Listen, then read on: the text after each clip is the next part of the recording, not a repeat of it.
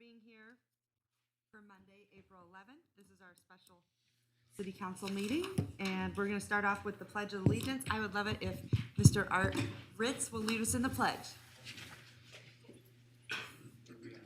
Mr. and Mrs. Oh, there we go. Okay. Ready? Okay. I pledge allegiance to the flag of the United States of America and to the republic for which it stands, one nation, under God, indivisible, with liberty and justice for all. Thank you. All right, good job. Madam Clerk, roll call.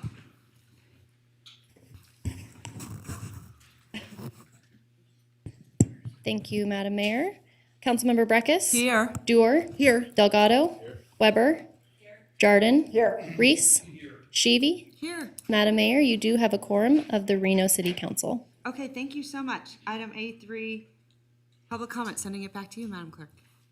Thank you. Our first comment, or our first item today is general public comment.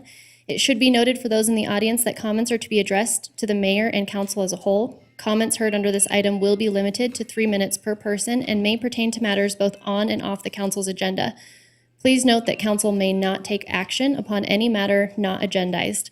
When you are called on for public comment, please state your name for the record and begin speaking. The timer will begin when you say your name, and you will be afforded 3 minutes. If you're an attendee in the Zoom meeting and would like to make public comment, please raise your hand at this time. Lastly, while in this room, please be respectful. Warnings will be issued by the presiding officer if there's disruptive behavior, and you will be asked to leave chambers if the behavior continues. Our first public commenter today is Paula McDonough, followed by Art Ritz.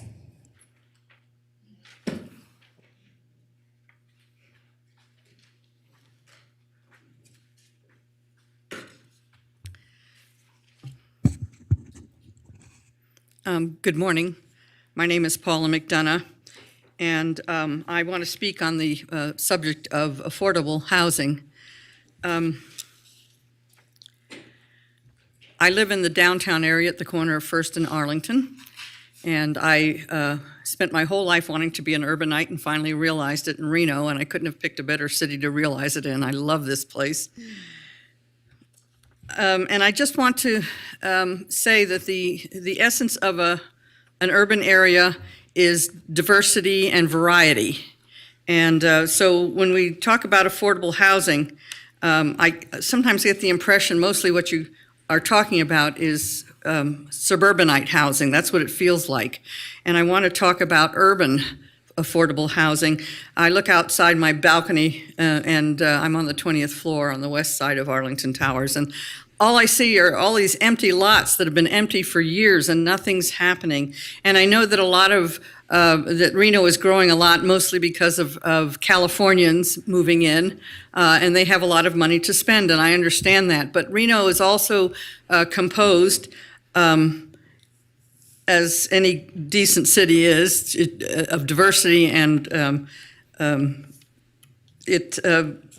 that includes both income and age groups and all of that kind of thing. And we need to have affordable public housing, or affordable housing, as a component, a big component of the housing that comes into the downtown area. I happen to know a lot of retired folks, my age, I'm 76, who live on Social Security incomes of under $900 a month. I'm a little luckier than that, but on my Social Security income, if I wasn't lucky enough to own my condo and had to pay rent, I would have about $80 a month left over for food. So we have to think about that, and I'd like to have diversity in this downtown area.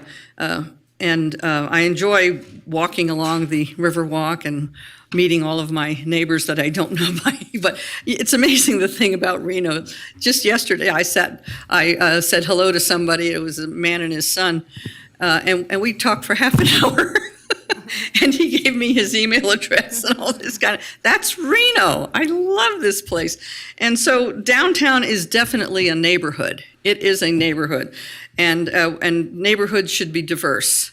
And so I just hope that. Oh, I'm sorry. I'm getting close to the end here. So I'm just hoping that that you'll accommodate those of us who don't want a yard to take care of or have a car to take care of, and who want to be able to walk to everything we need to get to, including the grocery store we're going to get within the next few years. I'm excited about that. So yeah, it's just getting better and better. So just remember us folks who have the lower incomes. Thank you. Great job. I feel like we Our need next one more. commenter is Art Ritz, followed by Khalid Ali.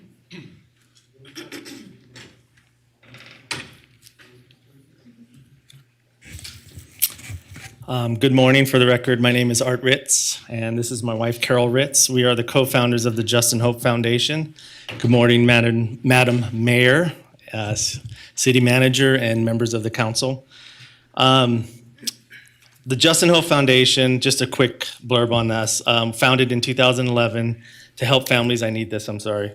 Don't worry, we're all there. Individuals affected by intellectual and developmental disabilities, or IDD for short. You'll hear IDD quite a bit throughout my comment today. Our mission is to give hope to individuals with IDD by promoting inclusion and creating opportunities through education, training, and family support to maximize the individual's potential. So low-income housing has been a hot topic for Reno for some time now.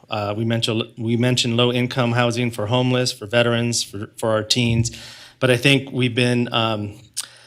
there has been one area that's been totally neglected, and that's to mention our IDD community.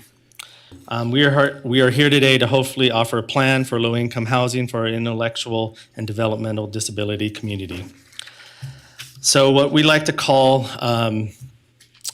it's Esmeralda Village, where adult and intellectual and developmental disabilities will thrive. So there are 1,137 reported living in Washoe County with intellectual and developmental disabilities. Most of these individuals receive only $841 from Social Security to survive. We are lacking the low-income housing with supports for our individuals. The residential program I'm proposing is called Esmeralda Village, which will provide 24-hour residential care for intellectual and developmental disabled adults in Washoe County. The residents are a family-style housing where individuals live as a family with a care provider and are integrated into the community. The Esmeralda Village residential program functions continuously throughout the year. Esmeralda Village residents participate in numerous community activities every week. Day programs and work opportunities further enrich their socialization and developmental skills. In addition, our individuals participate in group activities on weekends. Transportation is included for all individuals so they can enjoy being members of the community. Esmeralda Village residential program, it's an independent and / semi-independent living. The program provides individuals the opportunity to experience more independence and chance to develop the skills in a family setting. Within this setting, individuals will own their own room and will be responsible for paying rent and shopping for their food and other essentials. Esmeralda Village residential program will also be an intermediate care facility.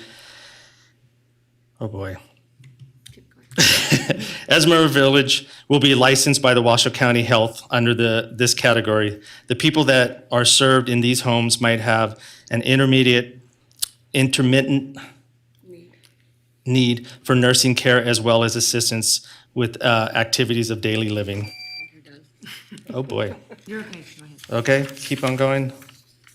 Thank you. Esmeralda Village housing offered without regard to race, color, religion, sex, gender, identity, and expression, family status, national origin, marital status, ancestry, age, sexual orientation, disability, source of income, genetic information, arbitrary characteristics, and any other basis prohibited by law. The location is on 145 Esmeralda Drive, Washoe Valley. It's a mixed-use commercial corridor and part of the new growth in South Reno, an area that is ideal for affordable housing. This location offers benefits to various constituents within Reno. The intended residents who, for the most part, will not have driver's license, will have multiple opportunities. Transportation is included for all individuals, so they can enjoy being members of the community. The design. Appreciating Washoe Valley, the overall design that stress good environmental stewardship and blending in, and recognizing that this type of project is first in the town. And we have been intentionally in all aspects of the design. We have assembled a team including Washoe Valley residents. The architect of Esmeralda Village aims to conserve Washoe Valley's rural characteristics, which while providing attractive, tranquil residence and support space for residents. For the residents there, the specific needs of the intended population have guided the decision around the components of the proposed supportive housing community. The proposed includes approximately 25 one-bedroom apartment units, each at least 500 square feet in size, and an attached, what was that? I don't know. Similar size. The size of the apartment units is intentionally small to be large enough for residents to have space that is all their own, but not too large that they would prefer spending all their time there rather than interacting with others in the community. This is important because research has shown that many adults with IDD who do not have adequate social interaction become isolated and may develop depression. The small units also serve as to accommodate 25 units on the site. The number of units is a critical factor to ensure a successful community dynamic and the operational economics for ongoing financial viability. 2 to 4 units are intended as residence for staff so that they will be able to attract and retain quality support in a high level. Sorry. I think you're have a taking lot of Carol's time, so. Oh, okay, yeah, Yeah. all right. No, that's okay. I think you have a minute and a half. All right, I'm almost so done. you're good. Residents will enter Esmeralda Village through a single common entrance to a building housing a staff office, allowing for eyes on residents for safety and social interaction as they come and go. This common building will have a kitchen, dining, and lounging area where residents can prepare and share meals and interact with one another. There is a multi-purpose room for hosting exercise classes, movie night, other activities that these residents and staff initiate. There will also be a vocational training room where residents will have the opportunity to interact with the broader Washoe Valley community while developing the customer service and other skills associated with a training coffee counter. So this is real rough estimates. The proposed projected cost, estimated between $4 to $6 million, will be located in a mixed-use commercial corridor in Washoe Valley. It's in an area that is ideal for affordable housing with potential growth and currently has affordable low-income housing in the corridor. The housing project, Esmeralda Village, would only be available for adults with intellectual and developmental disabilities defined as differences that are usually present at birth and uniquely affect the trajectory of the individual's physical, intellectual, and emotional development, according to the National Institute of Health. It would also be designed for low-income individuals. Rent to eligible residents will be roughly around $600. So that's kind of what all I have. There are pictures of the property. So here's what I'm thinking. We're not styled for this today, but I wanted to make sure you put it on public comment. I would love for our city manager to put it on our next affordable housing special meeting. And then come back and show us, all the renderings, everything you want to do. There is not a project like this here in Northern Nevada. There is one, I understand, in Las Vegas. Correct? Right. Yes. This is really, really needed. We talk about affordable housing all the time. One of the things we don't talk about is the affordable housing for our disabled community. Correct. And if you think about, it's hard just for anyone that's healthy to obtain affordable housing. Think about if you have a disability. Right. Think about that. Right. And we I don't talk think- about that enough. And we need to make sure that that is part of what we're doing Right. when we're doing the work up here. Yes, absolutely. Even we have in our regular developments, and let's start asking the questions. How many units they're already ready to go for our disabled? Even like the showers, everything has to be completely ADA compliant, correct? Yeah. So we need to start asking those questions because I know you guys are out there and you're advocating, and I know you're going to come to Housing Authority, and these are the Yes. kind of projects that I think we have to really start paying attention to as well. Yes, we appreciate that. So we're going to put you back on the agenda, and then everyone can ask the questions, and then Absolutely. you can come in because I know you're working with many folks and Yes. show us what right, Yes. which is great because it's going to take lots of community to get together and make it happen. But that's super exciting. So Yeah. Yes. I'm really looking forward to supporting what you're doing. Yes, So- thank you. All right, thank Thank you. you. And don't forget her chocolate, it's amazing. Oh, yeah. Our next commenter is Khalid Ali, followed by Levon Reed. Hi, for the record, my name is Khalid Ali. I'm here to address the affordable housing issue. Thanks to City of Reno draconian measures that I end up losing all 3 motels in Reno. My losing motel has to do with Islamic phobia, which we face in this country. 2 of my motel on East 4th Street, everybody's in, and Desert Sunset Motel catch on fire mysteriously with no suspect. When I spent a lot of money and tried to open Desert Sunset, the Reno City Code Enforcement, Joe Henry, told me that I need to sell my property and he has no desire to let me have my own business. Then he kicked me out of the meeting by calling security in the presence of city council member.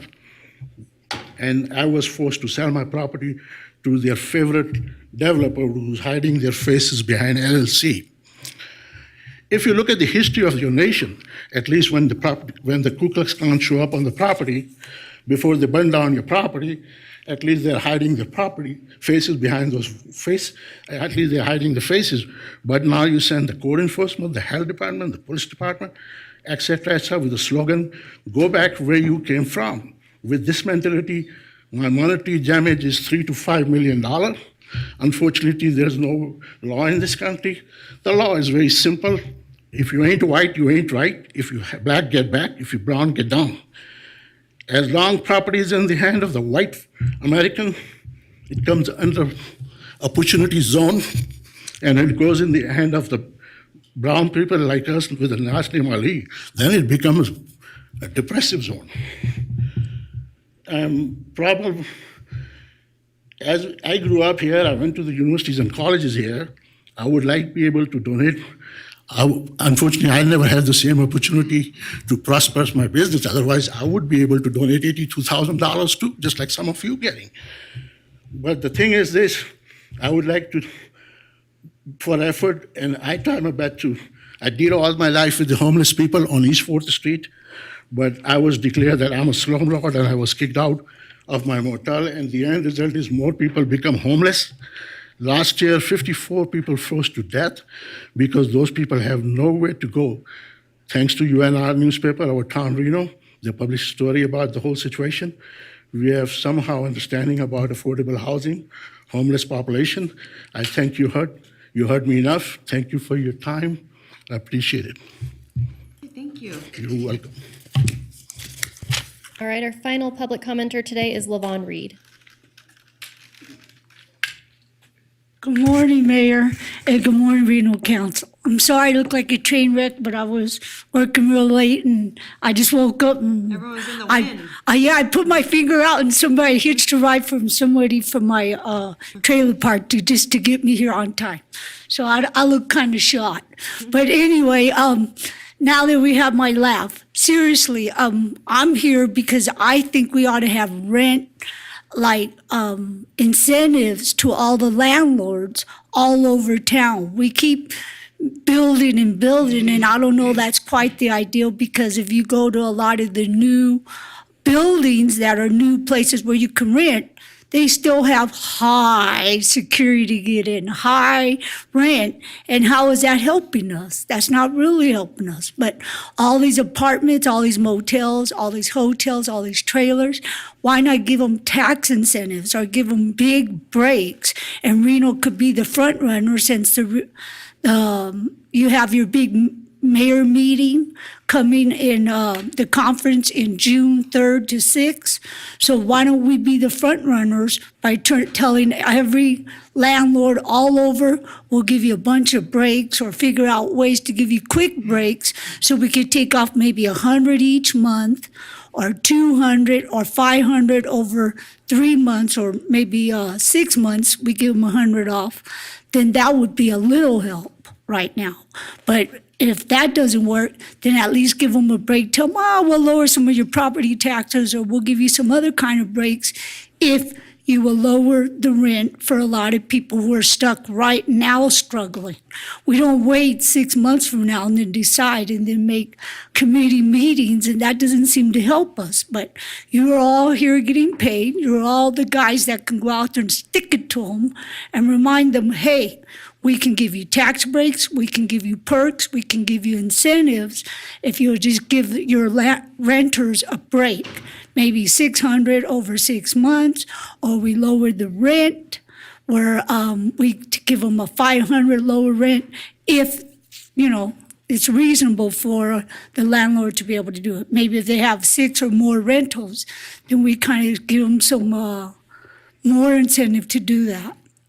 I think that's the best way to help the community right now.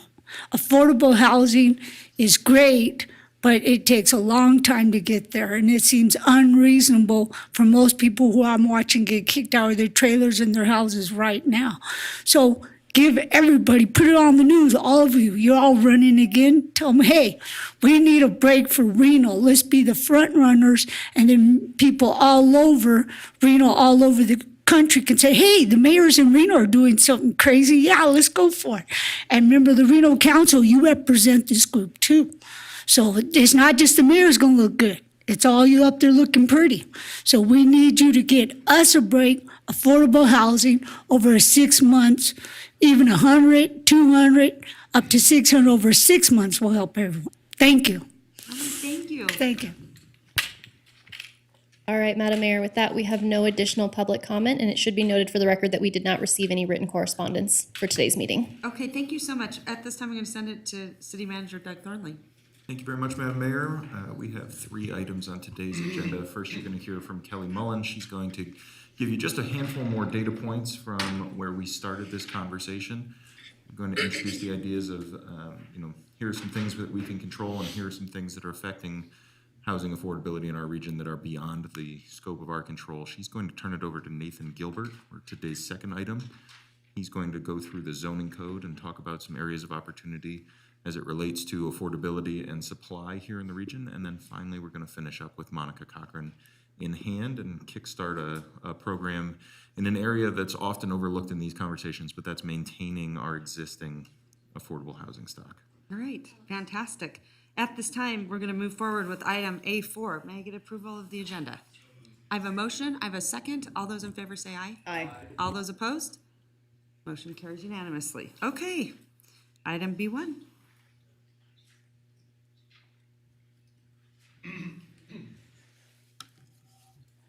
Thank you, Madam Mayor. Good morning, members of the council. Kelly Mullen, Principal Planner with the City of Reno. Here to provide an update on some of the statistics around housing affordability and availability within the city. So just like last time, this presentation is informational only. We're not asking for council to take any action on my presentation. You will have that opportunity on some of the subsequent presentations. I'm going to talk a little bit about the options that we do have as a city to actually impact affordability of housing in our region. Talk about some of the national trends that we are seeing across the construction industry. Talk a little bit more about updated stats for housing in our area, and then also showcase a new affordable housing map that has recently launched on our website. So this particular slide I'd like to start with. This is the slide that I finished with at our affordable housing special meeting back in February. And the intent of this is just to kind of ground us a little bit in terms of options and kind of put some context around the discussion. And the first part of that, again, is that, we're not coming with a silver bullet to try to resolve affordable housing across the region, but we do believe that there are things that can be done to have an impact. There are certainly numerous items, numerous factors that are outside of the city's control, whether or not that's the labor shortage for construction, increasing material costs, supply chain issues, interest rates, et cetera. Those are all things that we recognize that are out there. They impact housing affordability, but that the city does not have a direct impact on. And then on that second item, where you see that, one of the things that we are trying to weave throughout all of our actions and in all of our discussions is trying to identify if there are things that can help us overall to increase supply of housing units in the region. We want to do that, and especially being able to actually implement some of those master plan policies about ensuring that higher density housing is going in, that's happening in priority growth areas, identifying those opportunities where we can work with housing experts and folks who are actually developing housing to better understand if there are things that we can do to make sure that entitlements that are, projects that are entitled actually result in constructed units. So item 3, certainly that's something that you've seen a lot of lately where we've been focusing on creation of subsidized affordable housing. We talked a lot about that, had some action items for council at that last special meeting in February. And then item number 4, that's where we're really focusing today. You'll see that in Mr. Gilbert's presentation. Identifying those areas where we may be able to help move the needle when it comes to zoning code changes. Whether or not that is, revisiting the appropriateness of accessory dwelling units in our community, opportunities for looking at inclusionary zoning, exploring that as an option, looking at potential ways to update our permitting processes and standards to make sure that we're not getting in the way of bringing new units online. And something that I think that we'll be able to talk a little bit more, not necessarily in depth at this meeting, but future meetings. And as we move forward, if there are additional opportunities in terms of financing strategies, private public partnerships, those types of things where we can help move the needle over the long term. So with that, I'd like to get into some of the data when we're looking at trends in construction costs. We've talked about last time that there across the nation a lot of issues in terms of the cost of materials impacting supply and the ability to bring new housing units online. So the next couple of slides are just to drive that home on a national level. What we're seeing since January 2020, building materials are over 31% higher. You can see that reflected in the graph on the right. Same with services and labor associated with construction. Those costs are almost 33% higher since January of 2020. That is an ongoing issue that definitely has an impact on housing construction and costs. Similarly, just to give you an idea, breaking that down into several different categories, the details on those graphs are not as important as just taking a look at those trend lines, seeing how much that they have increased over the past several years. When we look at steel prices, those are over 74% higher since February of last year. Ready-mix concrete, over 8% higher. Gypsum, which is often used in drywall, over 20% higher. The most volatile cost piece there is softwood lumber. You can see that in the bottom right corner, where the price for that has increased over 31% just in the last few months, almost 80% since September of last year. So that's data on a national level when it comes to construction costs. Let's talk a little bit now about data locally. Most of the information here is similar to what you saw last time, with some new items added. We don't have updated data in terms of rent. That hasn't changed much in the last 6 weeks, but just as a reminder in terms of where we're at locally, I'll draw your attention to that sidebar on the right. The area median income, again, for a family of 4 is almost $84,000. When you break that down to 60% of area median income, which is often that kind of threshold where you see affordable housing units being needed, that's a little over $50,000 a year. And if council remembers, when we talk about if a household or family is housing burdened, it means that the monthly cost of their rent and utilities together at that 60% AMI level, that would be $1,250 a month. So if their rent and utilities exceeds $1,250 a month for a family of 4, they would be considered housing burden. Average monthly rent here, over $1,600. So obviously a big disparity there. One of the things that we want to continue to look at and see if there's opportunities to impact. One of the questions that came out of the last meeting was the percentage of households that are renting in our area. Within city limits of Reno, 52.2% of our households are renting. 47.8% are owner occupied. What's interesting about that statistic is that you can see on the screen, those are a lot different than the national and state numbers. We're kind of switched, or flipped, I should say, that in the US, generally speaking, you see a higher percentage of folks who are owning their own homes and fewer people renting. But in the city of Reno, again, that is flipped, where we have a higher percentage that are actually renting. Now, when we talk about sales prices for single-family homes, that is pretty similar to what we looked at last time. As of March 2022, that number for within the city of Reno itself, median sales price $600,000. When you factor in Sparks as well, that median sales price is $575,000.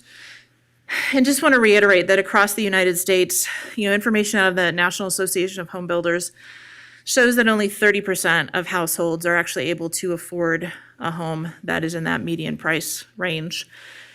In the city of Reno, that number is even lower, where fewer than 23% of households earn enough to actually qualify for a median price home.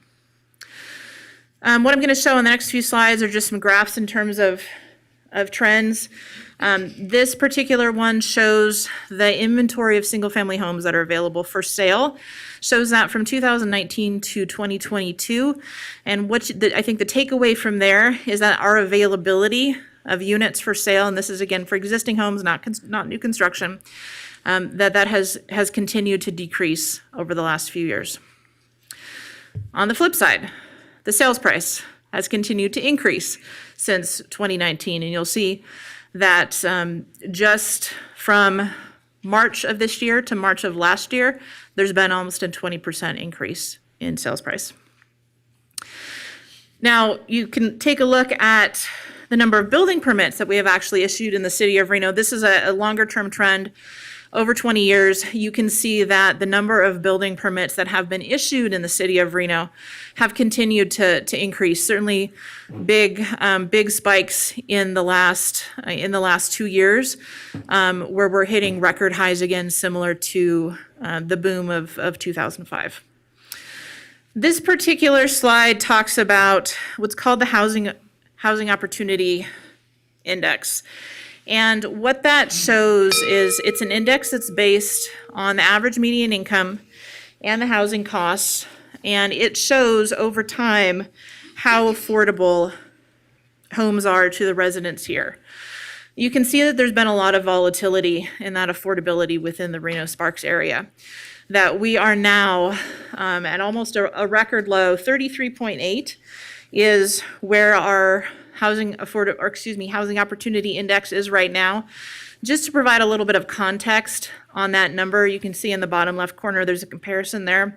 Nationally, the Housing Opportunity Index is 54.2, so almost 20 points higher, or over 20 points higher than where we are in the city.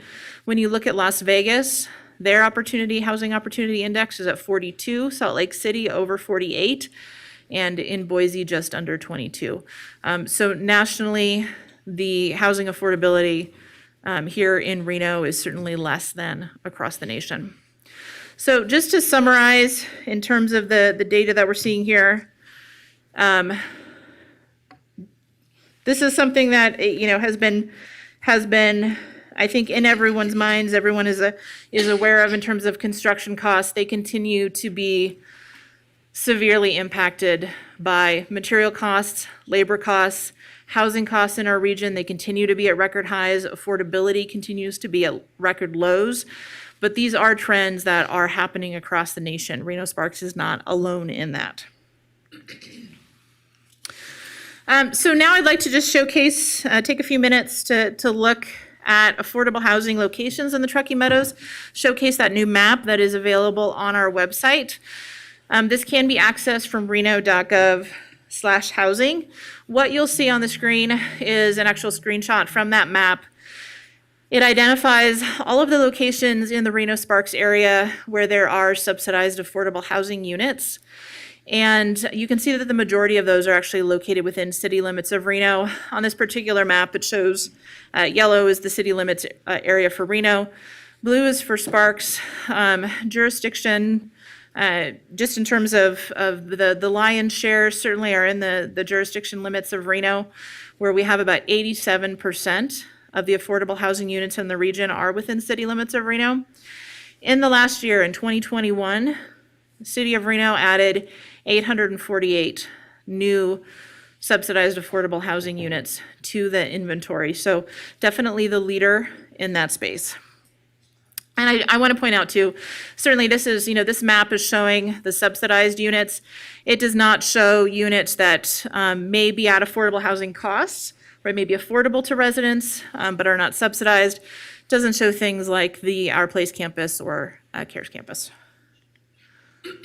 This is another view of those locations of affordable housing units. You can see kind of the breakdown by ward. Certainly the lion's share there, about 46%, is in the Ward 3 area. Generally speaking, when new affordable housing units are coming online, you will often see those closer to the city center, the core, closer to transit, employment centers, et cetera. We do have a breakdown here in terms of the number of projects that are reserved for affordable housing units reserved for seniors. We do have 18 projects currently in the city that are focused just for seniors. And for those 55 plus, that results in about 212 units.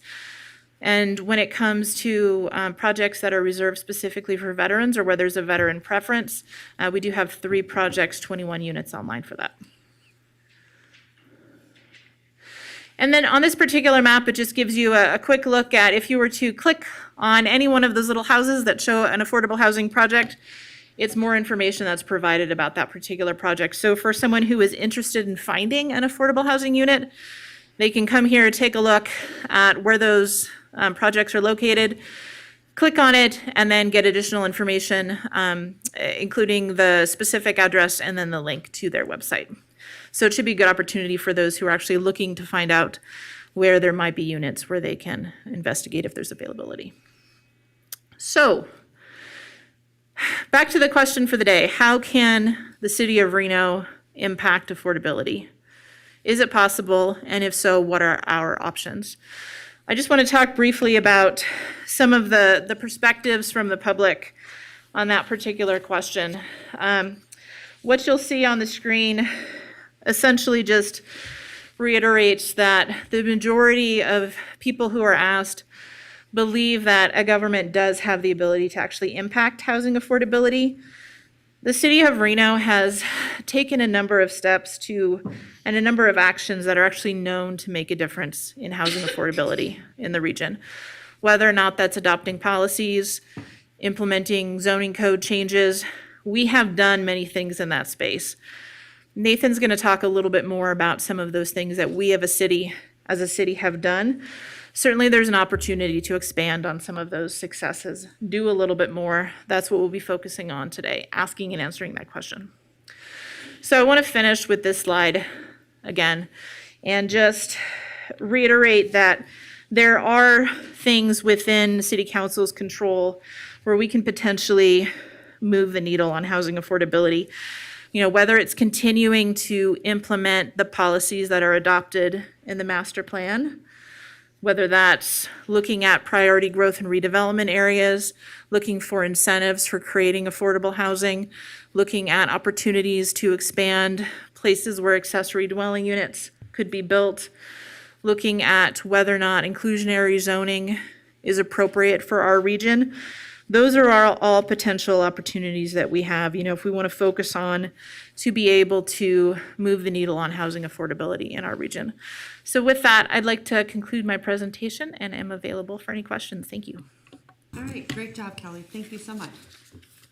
All right, Councilman Weber, any questions? I don't, other than I would love to have those PowerPoints. Perfect. Yeah. Okay. Hard copy of the slide deck is being printed and Oh, delivered great. here in short order.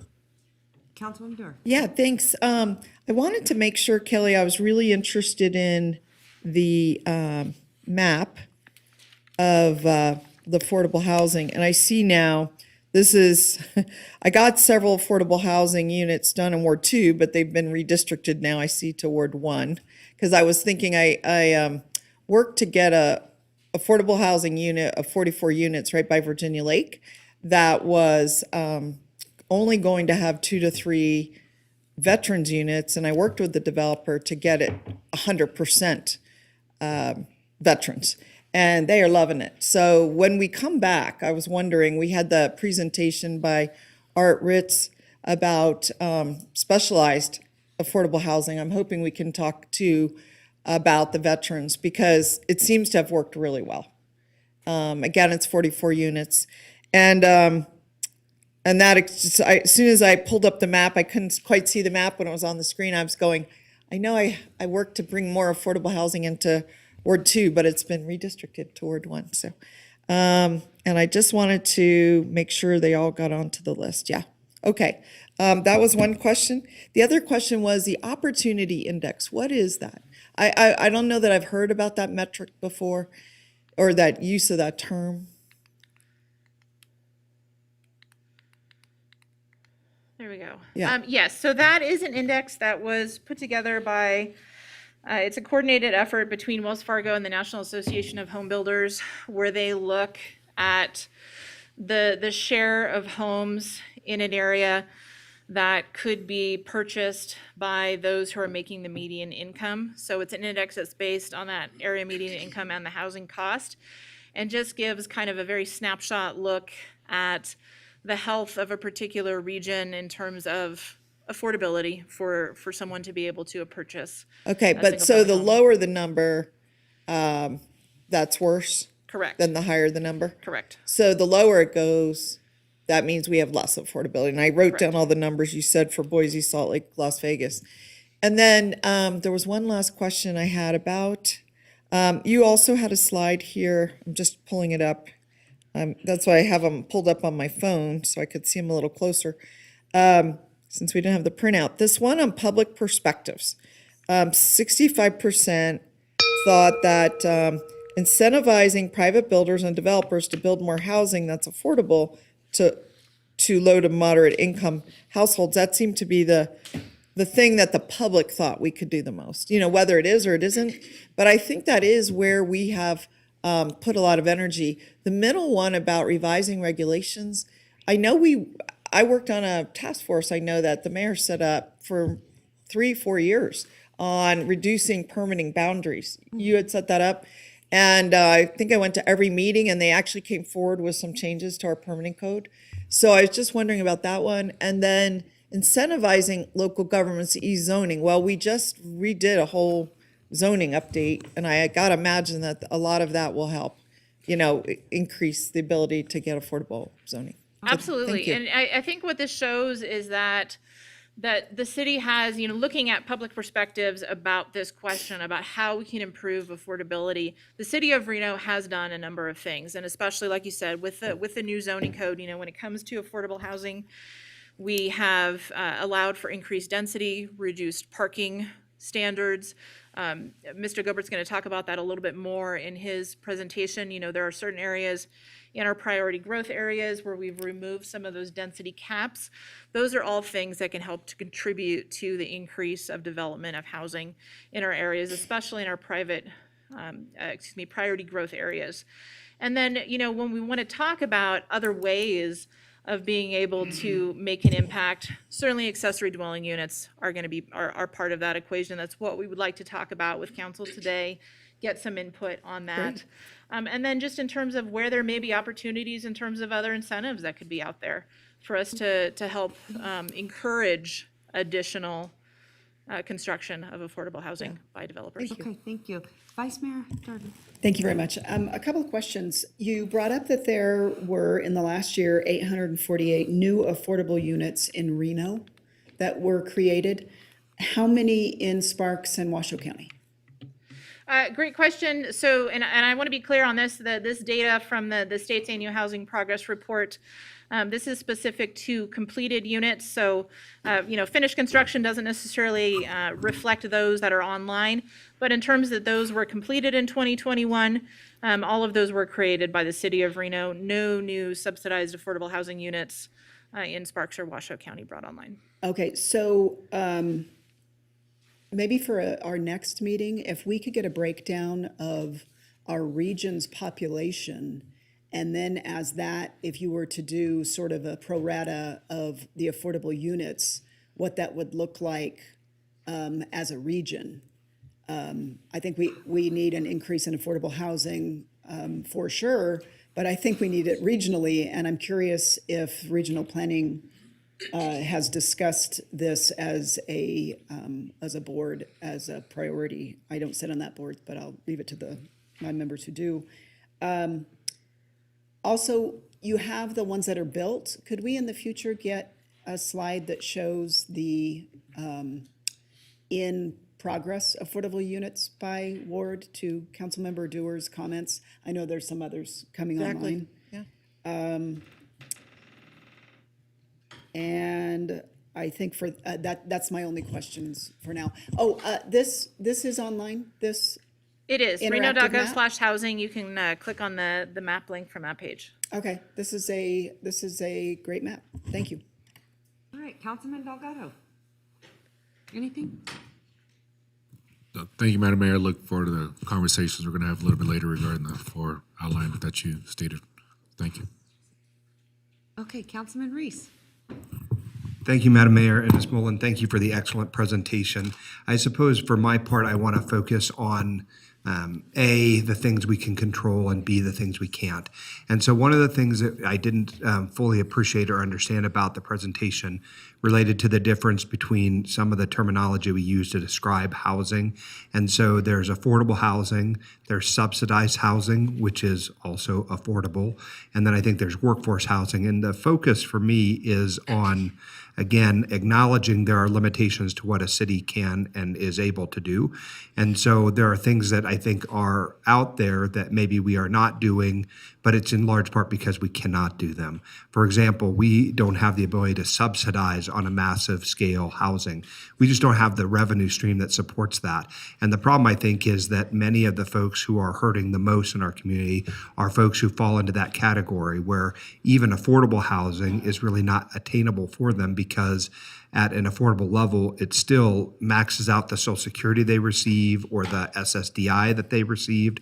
And those are the things that concern me. And so I think it's fair for all of us to work within the confines of what we're able to as a council and acknowledge at the same time that as a city, as a county, as a state, perhaps as a nation, without massive subsidies for housing, we are not going to be able to move the needle in a measurable way that will eliminate the housing crisis. And so for me, again, I focus on what we can control. And so I think it's worth our acknowledging that element. A lot of housing experts talk about the fact that, yes, we've got lots of supply issues, construction costs go through the roof. If we are not looking to the federal and state government for massive support for subsidies in housing, we are not going to fix all that ails us. So that's the first thing. The second thing, though, is I think the things that we might be able to contribute, at least on an experimental basis, which is why I have asked the city manager and am working through a fair amount of the research about universal basic income. And so this is an area where I think we can perhaps make some opportunities. And this is, it would have to be a small scale because, again, we don't have necessarily the resources to support it. But it would be interesting to focus on that. The city of Stockton, I think, had a great experiment and experience with it. And again, I'm working with the city manager's office to look at a UBI pilot project, which I think. And then the last thing I'll say on this round is, I would like to see some greater emphasis in our part placed on some of the equity issues that relate to housing. Obviously, housing in a vacuum is an issue that affects everyone, but I would like us to focus our efforts, if we can, on low-income communities, persons of color. I think that there has been some intergenerational wealth building inequality that has left our most vulnerable citizens in our Black and Hispanic communities.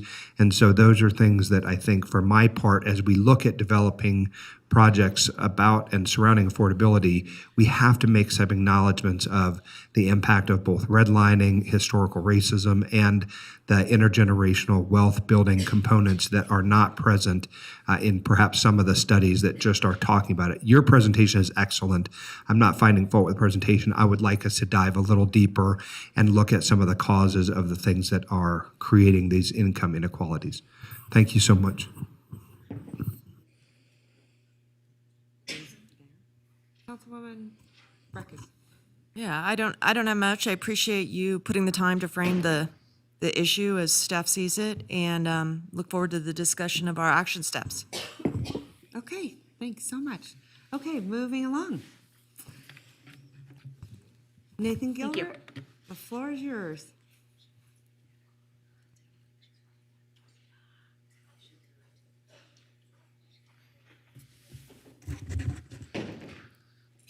All right, thank you, Madam Mayor, council members. For the record, Nathan Gilbert, Senior Planner with the Development Services Department.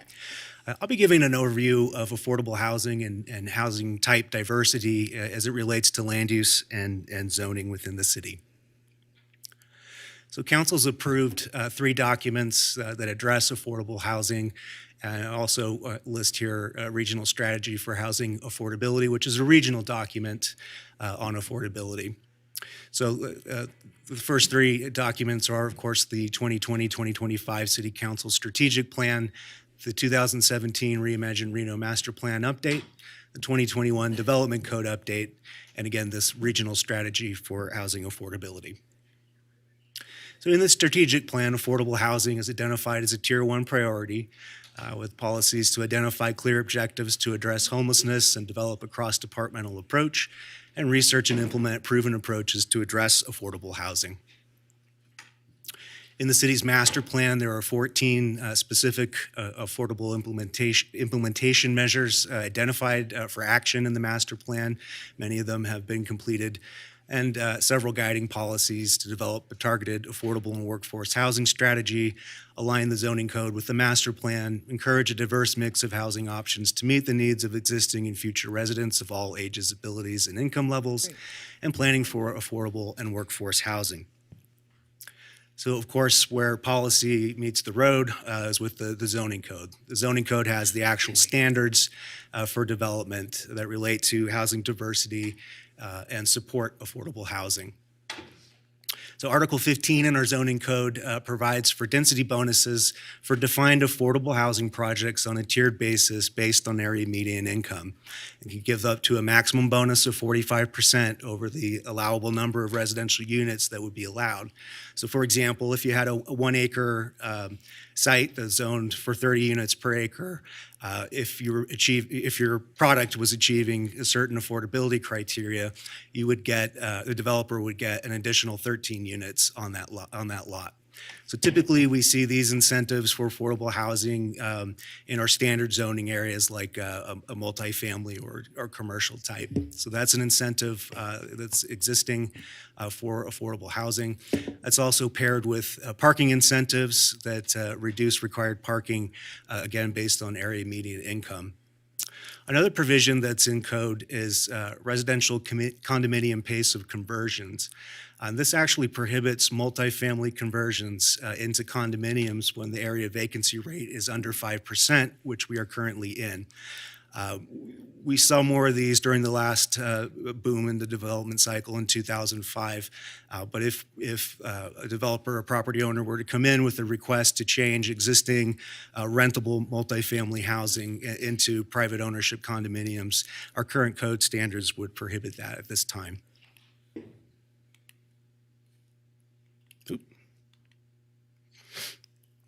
Okay. So as far as code standards relating to increasing housing supply and housing type diversity, our primary tool is with our mixed-use zoning districts. Prior to the code update, these were called our regional centers and transitory development corridors. When you take out planned unit developments, about 14% of the zone land in the city of Reno is allocated to these areas with substantial incentives. These are the areas highlighted in red. It's our downtown, North and South Virginia Street, and East and West 4th Street. In general, there's no density or height caps in these mixed-use zones. Another significant incentive is that projects that adhere to all code standards go straight to building permit. They don't come before the Planning Commission or the City Council. It's an incentive intended to prioritize high-intensity development where the infrastructure exists to best support it. The flip side to all those incentives is there's no specific requirement for affordability. The second tier in our zoning is commercial and multifamily zones. And again, taking out planned unit developments, about 17% of the city's zone land area allows for residential development at 14 units per acre or greater. In our general commercial zones allows up to 45 units per acre, neighborhood commercial at 30 units per acre. Public facility and professional office zones allow for attached homes, townhomes, and condominiums with no density cap.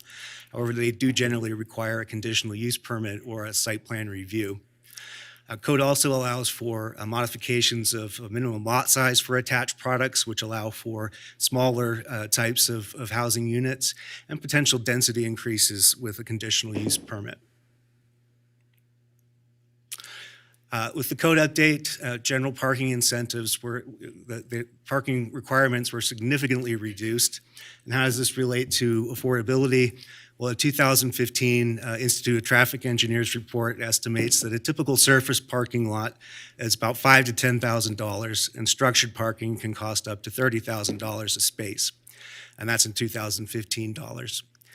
The second component to that is particularly with infill development, where they're trying to get the units in an infill capacity, required off-street parking can impede in the achievable number of units and sometimes can impact the feasibility of a project. So with that in mind, the code update removed parking minimums downtown, which is well served by transit, and structured parking in other areas into Tier 1 and Tier 2. Tier 1 has less parking required along areas that are well served by public transit, and the Tier 2 is our standard, more suburban type of parking standards that are applicable citywide. Another addition with the code update is multifamily and commercial districts are applicable for density bonuses if they're building smaller units. You've heard the term affordable by design. Smaller units tend to be more affordable, and with that, up to a 45% increase in density based on the range of unit size is feasible in those districts if you're building residential units at 1,000 to 1,800 square feet. Manufactured and mobile home parks, the code update promotes revitalization of our existing parks. We do have a number in town. Most of them are from relics from the 1950s and 60s. The code update made it easier for property owners to make improvements that were difficult before, update the mobile homes on the site and things of that nature. However, most of our existing mobile home parks are non-conforming, and they are only allowed in the multifamily and unincorporated transition zones with a conditional use permit. Manufactured homes, these are prefabricated homes typically built in a factory and assembled very quickly on site. The city zoning code does not treat these any different than it would any other single-family home.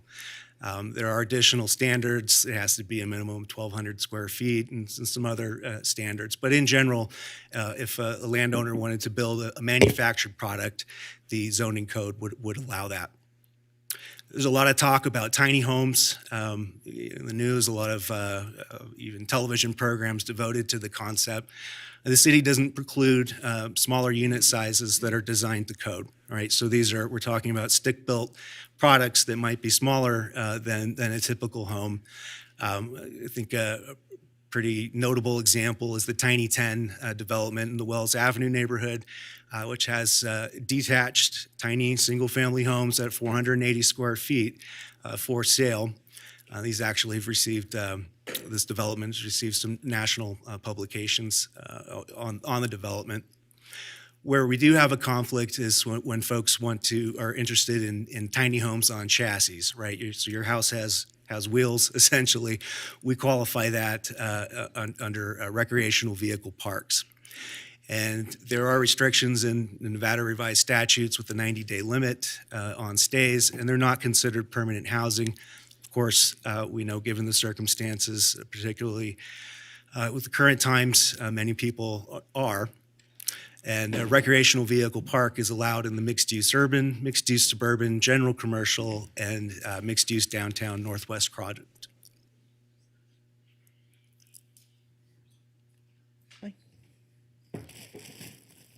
I think I might be out of batteries here. Can you get the next slide, please? Okay, yeah, that's fine. So I want to talk about the regional strategy for housing affordability. Now, this was the Truckee Meadows Regional Planning Agency contracted with a consultant to look at the affordable housing within the Truckee Meadows at a regional scale. And it is a supporting document. Council in 2019 received a presentation on it. The report was accepted by the Regional Planning Governing Board. It's a tool, it's an informational document, and it identifies specific strategies for increasing affordable housing within the Truckee Meadows. I'm going to cover 4 of the action items identified in that report as they relate to land use, and they include expedited permitting, infill development, inclusionary zoning, and accessory dwelling units. So the first topic is expedited permitting, and that's something actually the city does very well. We have a 10-day review period for most 95% of our building permits. When they're submitted, we'll get comments back within 10 days, which is a very aggressive timeline and, again, something that the city currently does well. Why is that important? Well, time is money, of course, right? Their developers have holding costs, and every day that it's delayed adds expenses to the project. So our 10-day turnaround, we feel, is already hitting the objectives. Where there's some uncertainty is when you have discretionary projects. So at best, if you have a project that requires a conditional use permit, you've got a 20-day review, assuming it's not appealed. Things like subdivision maps, conditional use permits, and the like.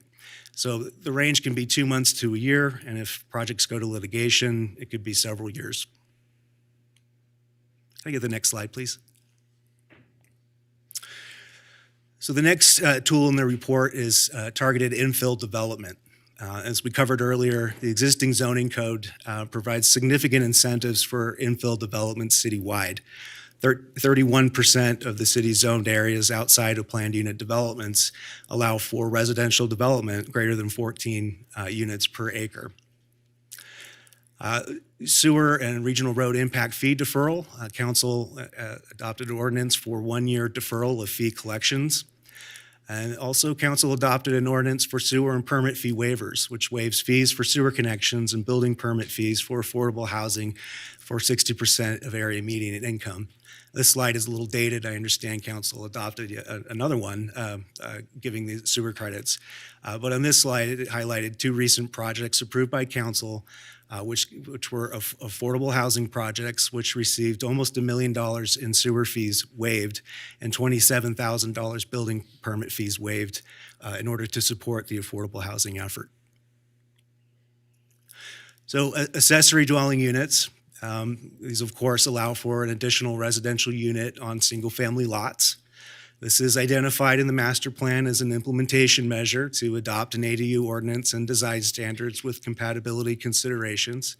Of course, council did review a draft ordinance in 2018, which was denied with much discussion on the matter. But we have not received direction to pursue with ADUs, and this is identified in the regional housing strategy and the master plan as an option to support. With that, I would note that detached guest quarters are currently allowed by code. Now, these aren't dwelling units. They can't have full kitchens, and they can't legally be rented. But it is an option for extended family and the like. And in fact, many of the major home builders have a next generation product. This is the way that they're able to do that with that private entrance, is through our guest quarter provision in code. So that is currently an option. They just cannot be legally rented out. Last topic is inclusionary zoning. This concept requires developers to make a percentage of housing units in new residential developments available to low and moderate income households. This is typically combined with zoning incentives. These programs can take many forms. Typically, they'll be construct affordable units with a development or in other locations. So, if there was 100 units and a 5% affordability requirement, 5 units of that project would be required to be affordable by a certain area median income level. Another option is to allow developers to contribute to an affordable housing fund. Affordable housing agreements per unit contributions have been included with adoption of many recent projects, Santerre, Quilisi, 6000 Plumas, and many others. It's generally consistent with the idea of inclusionary housing, of a prorated contribution for development. And again, inclusionary zoning is typically tied with zoning incentives. And as we've covered, we give the city's current strategy is to provide a great deal of zoning incentives in our target areas with the intention of increasing overall unit counts, but there is no specific requirement for affordability in that. So this is just a high-level slide of what we're looking for today. We would like to know of the outstanding items identified in this regional housing strategy. Is there anything, any of the concepts that as we move forward with these workshops that council would like to take off the table? One, again, regarding expedited permitting, one option could be removing discretionary review for affordable housing projects. Typically, we'll see them require a conditional use permit. Again, that's time. Also, the expense of hiring consultants to bring projects forward and the like. It's pretty low-hanging fruit that could be incorporated into our work program if there's an appetite from council to do so. Secondly, would be to evaluate additional incentives for affordable housing or projects with affordable housing. Expedited permit review, for example. Some jurisdictions, Austin is one, really, when you come in with an affordable housing project, you basically get the white glove treatment and you're streamlined. Your project is carried from point to end. The second, regarding infill development, align zoning districts with master plan designations, goals and policies, and targeted upzoning. Yes, a number of this was done with the code update. However, Kelly is currently working on aligning our zoning districts with the master plan. And there may be some targeted areas as we work ward by ward to see areas that maybe if the landowner and the community would support a higher intensity zone, that we could do some targeted upzoning through those efforts. And that's a work program that's currently in place. The second would be to explore modifications to existing service connection fee structures and incentives with prioritization of sewer infrastructure. Council will be having specific workshops on the matter in the coming months. Define affordable housing requirements in our housing mix for planned unit developments. And this is sort of a gray area. When we get applications for planned unit developments, we have the master plan policies. We know it should be there, but it doesn't have to. I think there's an understanding that council will typically expect that, but council may want to consider clarifying, leveling the playing field, clearly articulating in code what a minimum affordability standard might be in a planned unit development, if any. Another option would be to expand allowable areas for mobile home and RV parks. As stated earlier, their allowable locations are very limited. Accessory dwelling units, council had opined on that in 2018. If we'd like that off the table, we would like to know that. It is identified in the regional housing strategy as a potential tool. And finally, inclusionary zoning, again, either is there an appetite for a comprehensive program of some sort, or evaluation of pairing existing mixed-use zoning incentives, unlimited density, unlimited height, and things of that nature, and pairing that in some way, shape, or form with any affordability goals. So with that concludes my presentation, and I'm available for any questions. Okay, Nathan, I think such a good job, really. And I think that's really helpful because I think for so long, I don't think we've told the story that we've actually been doing quite a bit. The one where we can do some work on certainly are the ADUs. So with that being said, I'm gonna go to Councilman Breckus. You can start, and since you're a proponent of ADUs, go ahead. Oh, okay.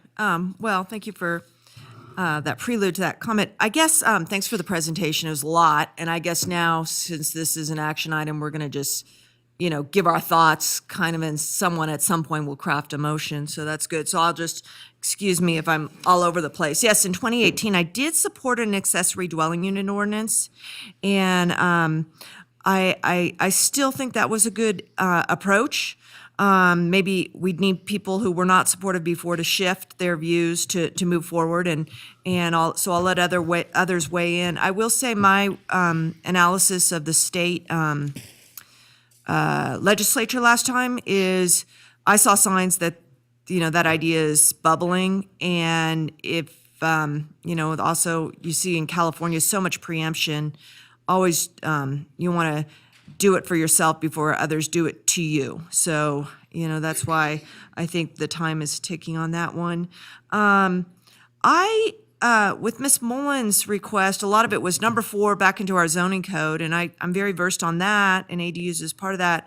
But I would really like to focus on the number 2 that was on her slide, was really understanding, what was it? It was research and implement proven approaches to address affordable housing. I think that the conversation has been going through a lot of cyclical discussions and also relying upon data that's rather macro. We saw a lot from the national home builders.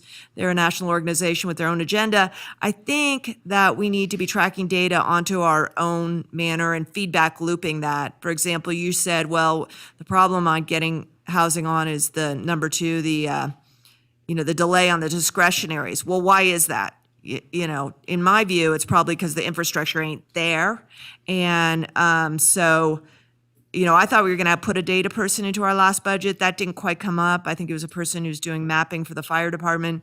But I think the big deficiency to keep us moving forward is really understanding the dynamics and understanding the local situation. We just have not prioritized that. And I would like to see us move forward on that. What's working, what's not working. The conversions are something, actually, I do a podcast and I just brought up the conversions recently. But I understand the financing's there, not there. So even if we change our ordinance, we may not have the market dynamics. And that's part of this data division, would be looking to see, what is the falling, the stopgap measure? Is it a design measure, a structural issue with, converting these, or is it the financing hasn't moved forward? And how do we bring banking into this sort of area? And then, so number 2 is really important to me, is understanding what's working, what's not working. I would like to see focus, if it's going to be focused on the zoning code, and I'll just wind up here, Madam Mayor, I guess you're going to let us have another round, because I did take some other notes, but if the focus is going to be on the zoning code, again, let's pinpoint that, but I'd really like to look at infrastructure limitations to get the infill, because that's what I think it is. I don't think it's other things. I think it's that, and I can go into examples on that. I will. And obviously, we have a rather complicated infrastructure provision because we have so many quasi, special agencies. But to me, it's the infrastructure investment decisions are the way to get there, not necessarily going back into the zoning code. So I don't want to lose that thought. Thank you, Madam Mayor. All right, thank you so much. Councilman Reese. Thank you, Madam Mayor. And I have a laundry list of things too, and so we'll see what we can get through in this first pass. The first 2 are really probably questions for our legal team, and so I want to understand whether or not as a city we can place limitations on short-term rentals, and also can the city prohibit investors from buying properties? These are questions that I get asked a fair amount of time in the community, and sometimes people are very well-meaning and well-intentioned, and they say, well, the city should do these 2 things, and all of a sudden we would not have a crisis that we're in. So I really need some answers or clarity from our legal folks on those 2 particular things. And and I'm not asking for like legal advice on the fly. I'm saying these are things that I think impact, the discussion. So I'll leave it there, and maybe we can circle back as legal has the opportunity to think about that.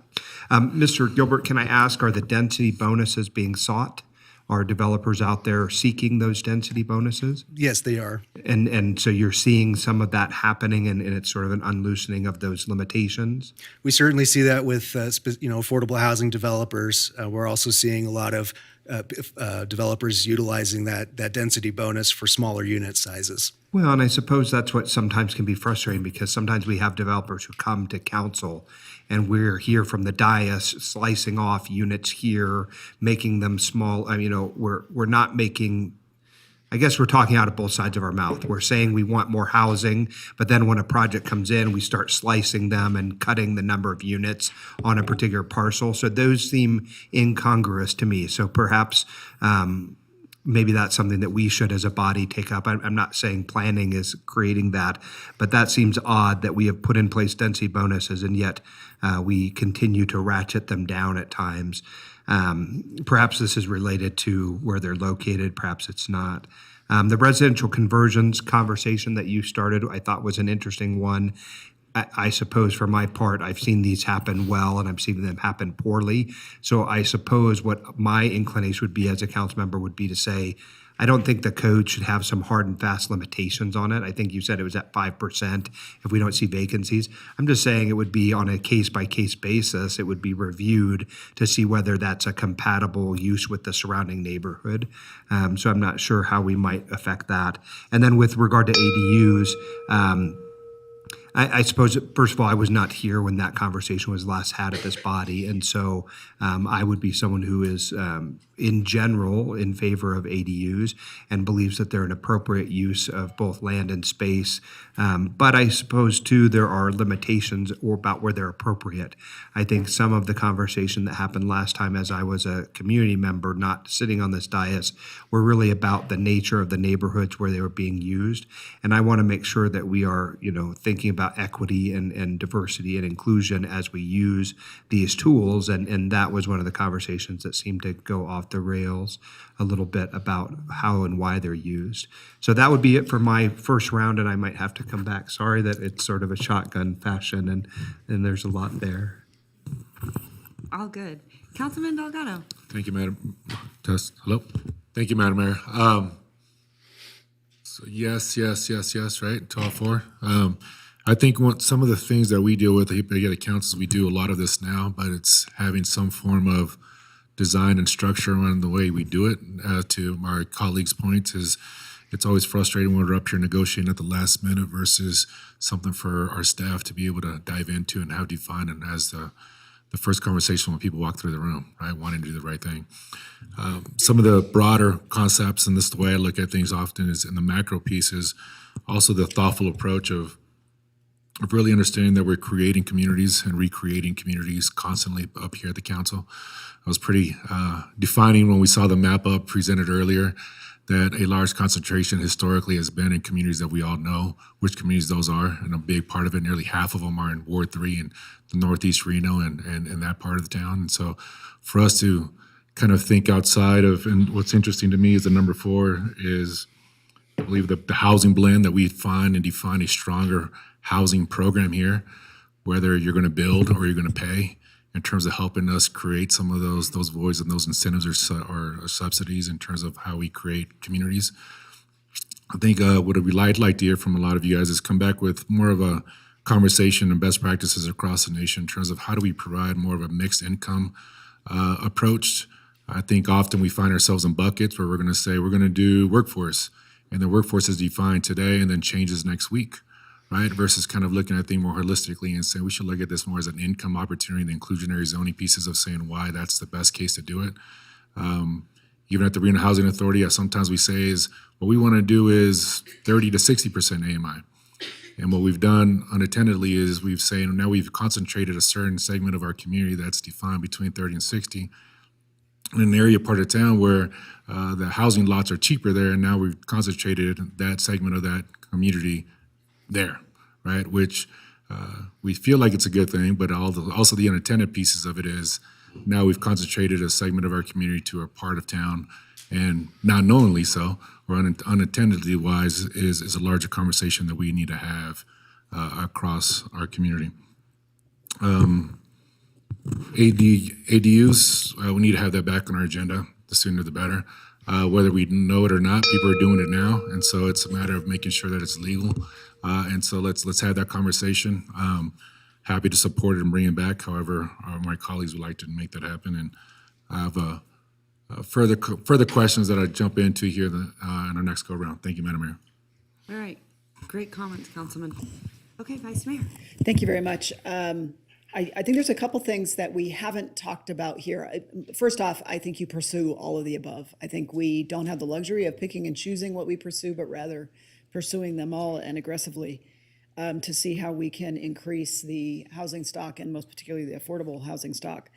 I think something, when you talk about time is money, the thing we haven't brought up here is the appeals and streamlining and some of the appeal process, which can really drag out some of the approvals or denials. Just that process can take a fairly substantial amount of time, which just adds to the bottom line. And I think we need to discuss the appeal process. In speaking with those who are bringing projects to our region, what I hear consistently is land prices in the core, where we want the units the most, are so exorbitant that it just prohibits them from being able to go vertical. I hear that quite often is, the land prices are what's keeping things from getting built. So I don't know how we impact that, other than if there is a way, I will call them zombie properties, which have been in someone's possession for long periods of time, but they're either not developed or they're underdeveloped and they just sit. How do we incentivize some of these zombie properties to get going so we can get some more projects in our downtown core? What I hear from developers too is that, we often talk about, are we going to do some level of inclusionary zones in a project, or are they going to do a contribution towards our affordable housing? And then some don't do any, and the amounts vary or the units vary. I often hear from the development side of the equation is they just want to know, and they want it to be sort of equitably applied. So whatever that looks like, we have got to clean it up and have it known on the front end, rather than it being something that gets discussed at the dais or right up to it. And we understand that sometimes inclusionary zoning can impact financing. So it's an either or. Do you make a contribution, or do you do inclusionary zoning? But we do need to clean that up. And then maybe, again, back to the timing, streamlining the process that we control as the city as it relates to public meetings. However we do that, so that we're from point of submission to point of approval or denial, whatever that public process is, it still occurs within that window. I think that's really important, is it's a robust public process, but that it occur within an appropriate amount of time. Thank you very much. Councilwoman Dorr. Yeah, thank you. And I too probably going to need 2 rounds, but I'll try to hit some highlights. One thing I'd like to know going forward is how much has been contributed to our affordable housing fund? Like, have we received any dollars yet? I don't know the numbers offhand. I know, but in a future presentation, like, is it 0? Is it 2 million? I have no idea if we're aggregating those dollars. Number 2, we talked earlier about us cutting and pasting units. And I think a really good example where it worked well was we recently did this Rancho 4 in Ward 4. And they originally started out with duplexes. And with some recite configuration, they didn't lose a single unit. They made quadruplexes, and it worked. They were able to preserve, slopes, trees, endangered species, and still have the same exact number of units. And so I think that speaks to the creativity that sometimes, if we're asking, the developers can respond with some different designs that work really well. On the affordable housing specifically, I think that it would really help us going forward to do some case studies, those that have worked and those that haven't. And I'll give you two examples that I'd love to see a case study. One that I think worked fantastically ultimately, but was challenging getting there, was the Nova apartments at Summit. They were an 80-20 mix, to my knowledge, the first in Nevada, and to my knowledge, still the only in Nevada. What that is 80% affordable, market rate, and 20% affordable. So it's like inclusionary zoning, but in an individual apartment complex. What I heard was that the funding was very complex. I myself wrote letters to help them obtain $1 million in home funds for these, but I understand they had to get 4 other layers. So could we take a study before we do anything, look at what made that project work? How did it come together? Was it the developer's unique interest in it? Was it a certain program that was available? Were there impediments that we could overcome? The opposite example is one that didn't come to fruition at all. And that is a project that was right north of Moana and Plumas. Right, if any of you know where Joseph's or Swill or that shopping center, right behind there's the old Scolaries. There was a proposal for an affordable housing project right there. I was completely supportive. However, they didn't have enough sewer capacity.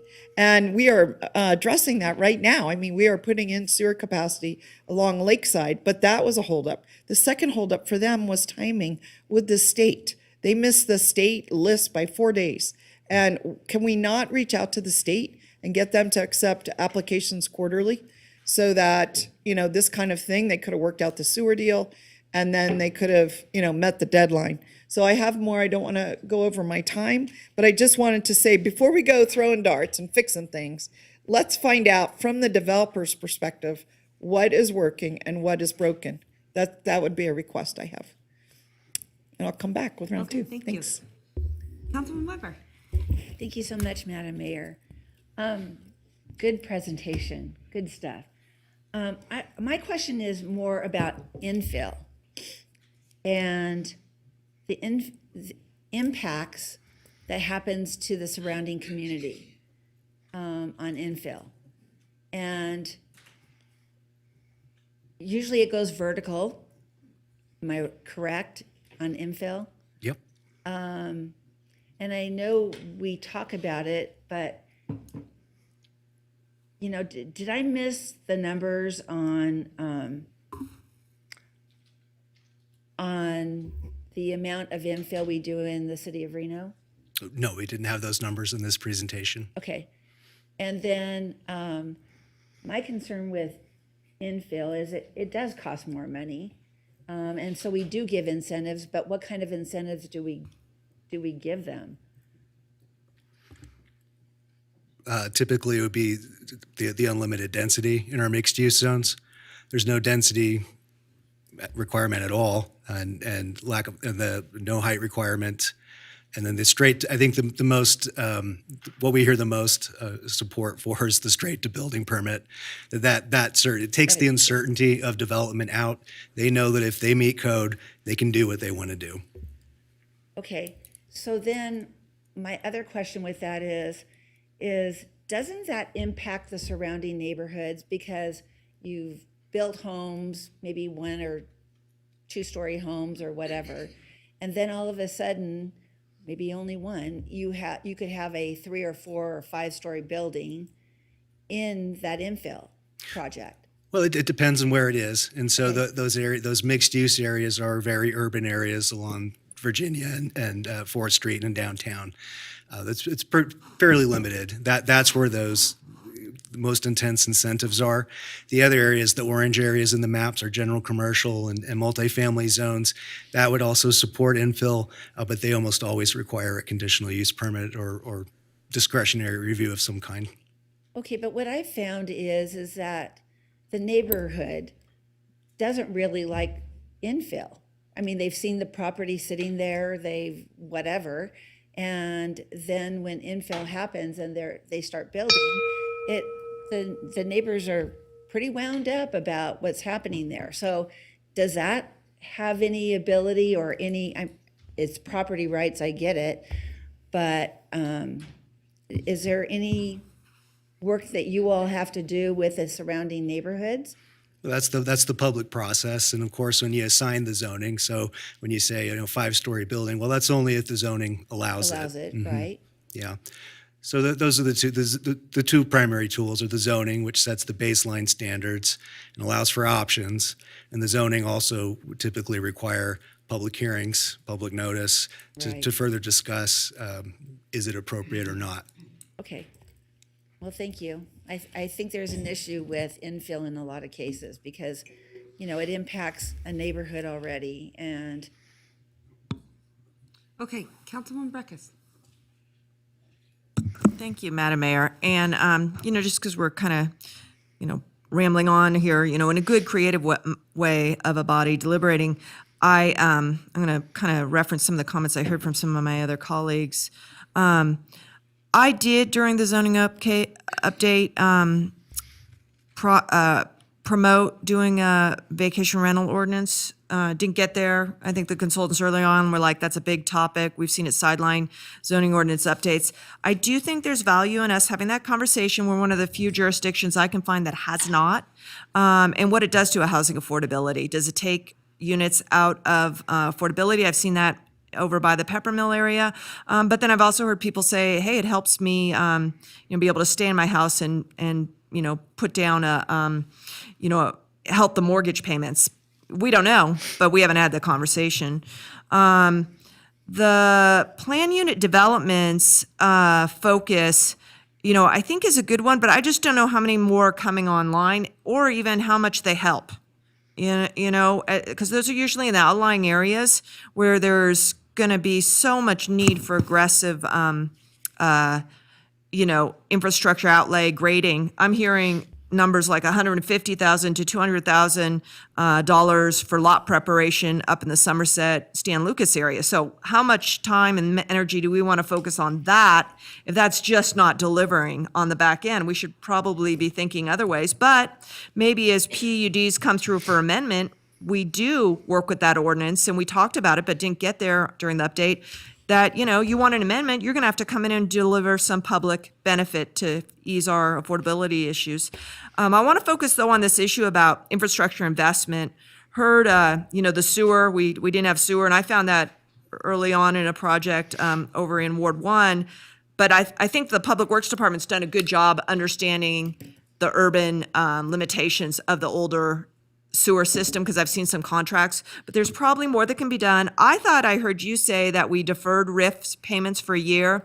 I thought that we were not able to do that. We were only able to do our in-house payments for a year. I don't believe that RIF really is something that should be paid for by the infill projects, because they want to build capacity in our roadway system, and that's not what we need in an urban roadway system. What we need is calming and safety, in my view. I'm just having a hard time seeing because I see 3 over there. Okay, over there. And so, but more so than, benefits and subsidies to infill, we really need to put it all together more in the public investment, like the sewer, of course, but also placemaking. As people live in more urban infill projects, the public space becomes very important to them, whether it's safe streets to walk or parks. And that needs to be center, and that needs to be something that we need to know about. And this council, I didn't support it, but they re-upped the redevelopment agency. And there's a lot of powers in there that we haven't even discussed. And so I would encourage you to go there, Council. So the last one is inclusionary. I've never been hot on that. And a lot in that Truckee Meadows report is dated, and I didn't see an analysis on, what's still on the table. But I will remind the council that we did talk recently and gave staff direction to follow on the conversations about rent control, which I call anti-rent gouging laws, and getting that authority from the state of Nevada. And I think that's the tool that's needed more than the inclusionary, and the ripe one to have for the 52% of renters. And Okay, Councilwoman Breckus. and trying to drive that discussion for our We're needs. going to move on. Hold on. You're over. So let's just I'm make sorry, sure. Madam Mayor. I haven't been able to see that. That's fine. Councilman Reese, I just want to make sure everyone gets their opportunity. Go ahead. Thank you, Madam Mayor, and I'll try to be quick. The Housing Trust, I do think it should be an agenda item where we understand who's supposed to be putting in, what's gone in, and ultimately a discussion at this dais about what we're going to use it for, right? Because I thought that, for example, Stonegate was an immediate demand for payment into it when they did their first round of financing. I think they might be the only ones who are supposed to have put it in there, but let's know that as soon as we can. Second, with regard to Vice Mayor Jordan's note about the appeals and delays that happen, I think we have to have a robust discussion about standing. Oftentimes, I think legal standing is ignored by this body, and if we can have, I think, more concrete understanding of standing issues related to this from our legal team, we may be able to answer some of those questions. Third, with regard to Vice Mayor Jordan's comments about vacant land and zombie projects, I think we could have a discussion at this body about vacant land taxes or some fee that has to be paid as they just sit idly or vacant. Next, I'd like to say that I think we could increase the number of planning staff to help expedite our reviews of plans and plan checking process. I don't know if that comes through BFAC or otherwise, but certainly if we want to expedite, we need more people. We can't just expect the same number of people to do it faster. So let us figure out that as an issue. And then the last thing I will say was related to a comment that was said earlier about heights, especially in the Midtown and mixed use areas. We have these very old requirements about height and height limitations that should probably go away. As we're growing to be a more urban city and we prioritize infill over, so sprawl or whatever term you're going to use to describe it, we have to acknowledge that if we're going to grow still, we've got to go up. And so perhaps that would be worth our discussion and having that be a priority. And again, we're talking about nits and pieces on all sorts of different things. And ultimately, I don't know how one would make a motion out of this salad that we are creating. But I do think it's important. And I think Councilmember or Vice Mayor Jordan said it best, which is use all the tools we have in the toolbox. Go out and do them. I think Councilmember Breckus is probably right about inclusionary zoning in terms of whether or not that is the panacea that it's made out to be. And so I won't indicate my,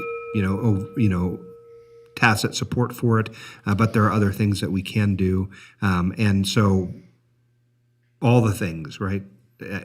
I mean, I don't know how many of them can be had at once or how many, revisions to code must be done, but we don't have the time or luxury of waiting. We've got to just move with all due speed on all the fronts. So thanks. Great. Councilman Delgado. Madam Mayor, I think we've given them plenty on my end, so I'm good. Yeah, thanks, Nate. I know. I dare to just throw more at you, but I think all my colleagues have made very good points. The one thing I do want a little bit of clarity on, because I think it's always been sort of all over the place and very different ideas, and what we sort of can do with it is the Building Enterprise Fund. I think, Devin, I think you mentioned that, or Councilman Reese, you mentioned that. So, because 1 minute, I think I've heard Councilwoman Breckus say we can move it to the general fund, then the next I hear, no, it's only for staff. So you don't have to answer that now, Nathan, if you don't know exactly, but I'd love to get that clarity once and for all, so maybe the next meeting. Sound good? Yep. All right, thanks so much. I'm gonna hand it to Vice Mayor Jordan. Thank you very much. I think absolutely the white glove treatment for affordable projects with appropriate staffing, that should be a given. I think we're always looking at ways to expedite all of our projects to bring them to fruition. So putting those at the front of the line certainly seems to make sense, because that's the largest demand is on the affordable side. One thing the two groups I think we need to hear from directly is the builders. We need to hear directly from them as to what the barriers are for them to constructing all things. What are they seeing out? They're the ones that are most intimately attached to these projects, and what would it take to help get things moving faster and get more units? Our economic development arm in the city, we recently had some rocks thrown at us for, I don't know, as a body not moving quickly enough or causing barriers, but by the slides you showed, by tenfold, the city of Reno has created more affordable units than anyone else in the region. So I would like to have the economic development executive come and talk to us about what incentives on the construction of housing is being discussed when enticing those businesses to our region. We as a body had no say in a lot of the large businesses that came to the state in our region. And we're thankful for them and the jobs that they created. But we see the demand that is putting on our housing stock for the people that live here. Not the ones that are relocating here, but the ones that live here. And what is the discussions being had from the economic development agencies in their discussions of coming to the region? I know a lot of organizations that are looking to, they're trying to get employees. They are getting creative with the construction of affordable units on their own properties to serve their own businesses. So I'd just like to hear from the economic development arm as to what they're doing to help with the housing, particularly the affordable housing in our region. And again, back to the zombie properties, which my council member brought up with legal as to what we can do to get some of those properties to not be vacant and blighted and zombie anymore. Thank you. And the other one we should put on there too for the next meeting, or otherwise I'll forget. But also, I think there was a perception given in the media that the council was the one responsible for taking down buildings. I think people should understand that that doesn't even come to the council. So let's have that part of the presentation next time too. All right, Councilwoman Dewar, go ahead. Yeah, thank you. I want to make sure during this process that we keep a laser focus on affordable housing. We spent a few years while we did the update to the development code focusing on reducing parking, increasing density, all kind of things to help building in general. The 1,000 homes was in general, the waiver of fees. What I hope that we can really do now is really hone in on what specifically will help affordable housing. And I just wanted to touch on a few issues that we've talked about on the ADUs. So I live in a development, which to my knowledge is the only one in Reno, Nevada, that specifically allows ADUs, full ADUs with kitchens. It's right in the neighborhood plan. We are catty corner to another neighborhood plan, Country Club Acres, which specifically disallows ADUs within their plan, any type of ADU. So here we have kind of a tale of two communities right near each other that allow very different things. And what I think is interesting about it is that when we went through this ADU discussion last time, we heard from different neighborhoods. Some people were totally fine with it. Some people were very concerned about it. And I think that we can get it through across the finish line if we understand the neighborhood differences that drive those opinions.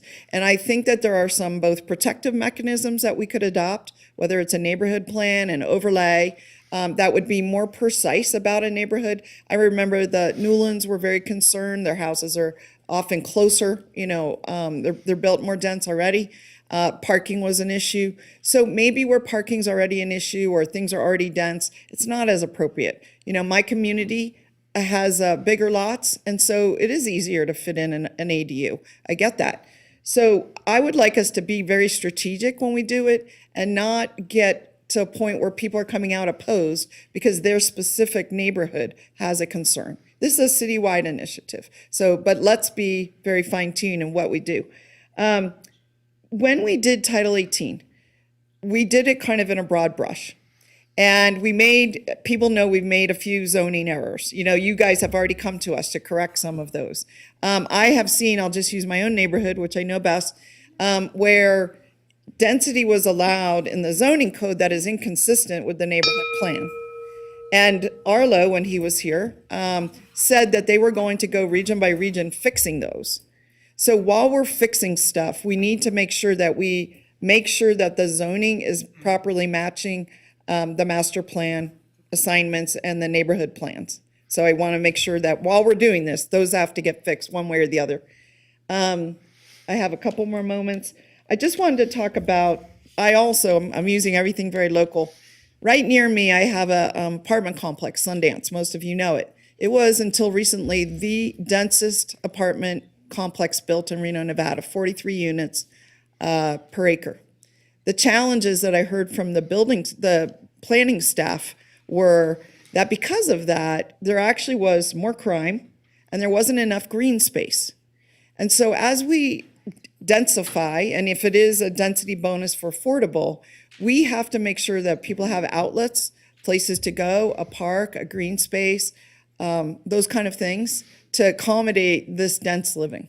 Because back then, they said we will never, when I got here, 2014, they said we will never do density the way we did in that Sundance strip along, and other apartment strip along Moana. It's too dense. We don't have the ability to support it. So bear that in mind. Let's not forget the lessons of the old, but let's mitigate the impacts that could come from this dense living.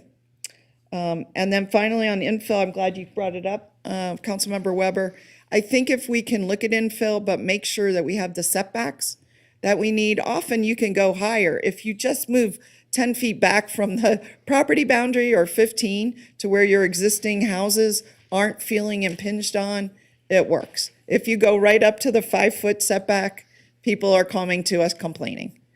And then finally, I have never, and maybe I missed it in 7.5 years of being here, I've never heard an appeal on affordable housing. Maybe you guys have, but none in my ward were appealed in any way. That wasn't an issue on affordable housing. So I'm not saying it never was or couldn't be, but I haven't experienced it.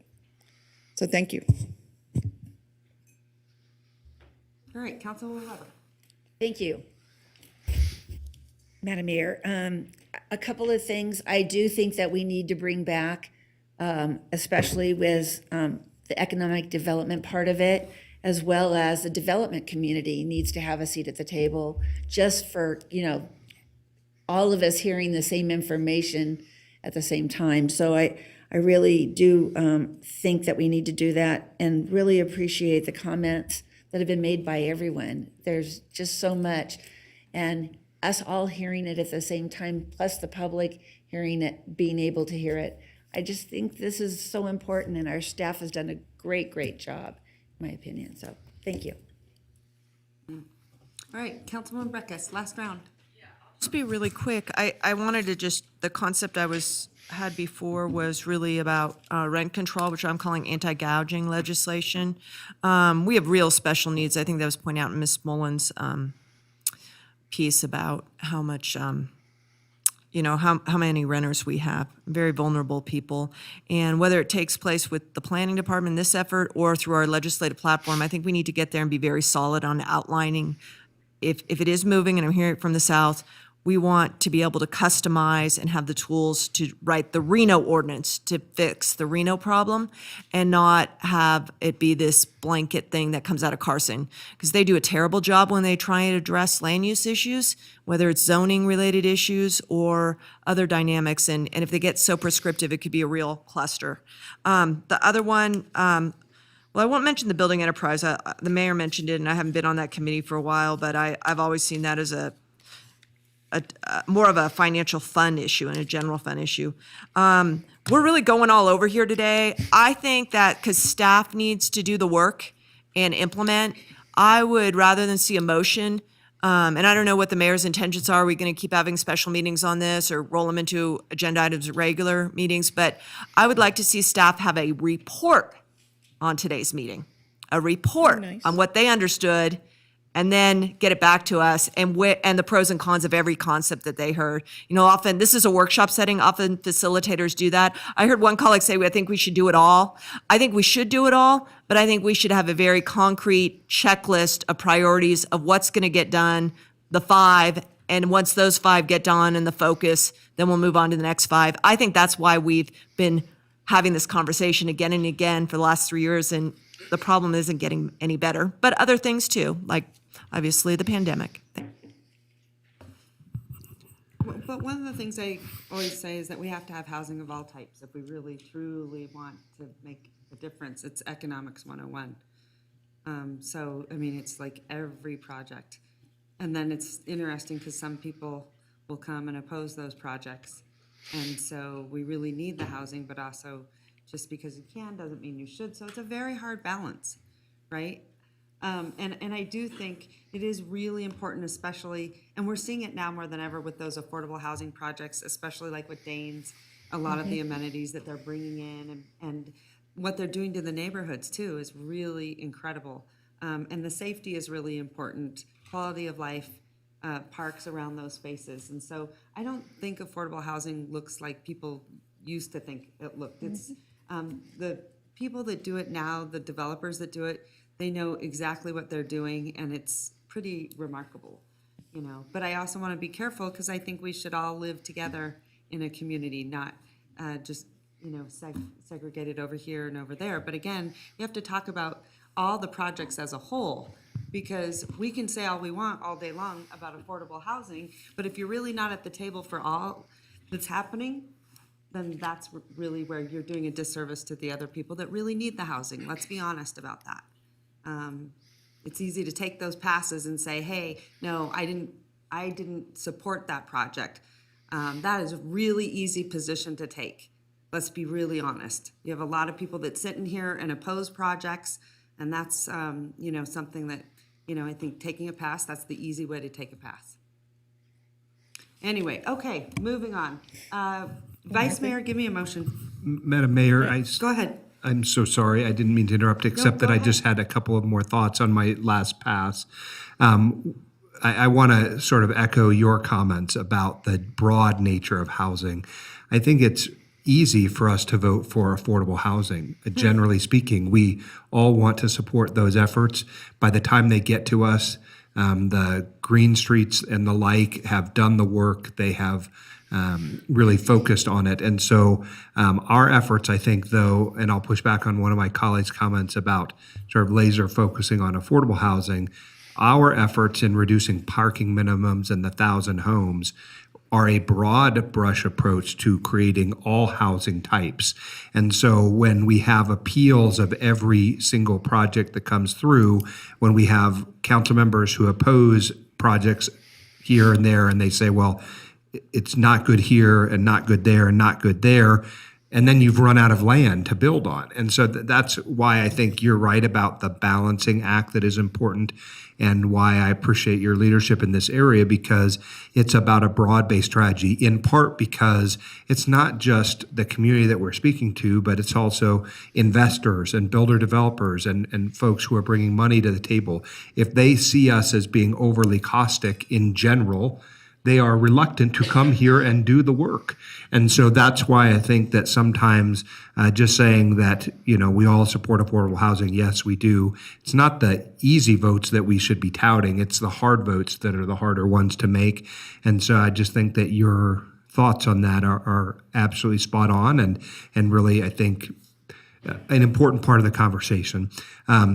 Second, I wanted to sort of say that this characterizing anti-gouging legislation as rent control is really not correct. I mean, rent control is a lot of things, all of which are not in the purview of the city.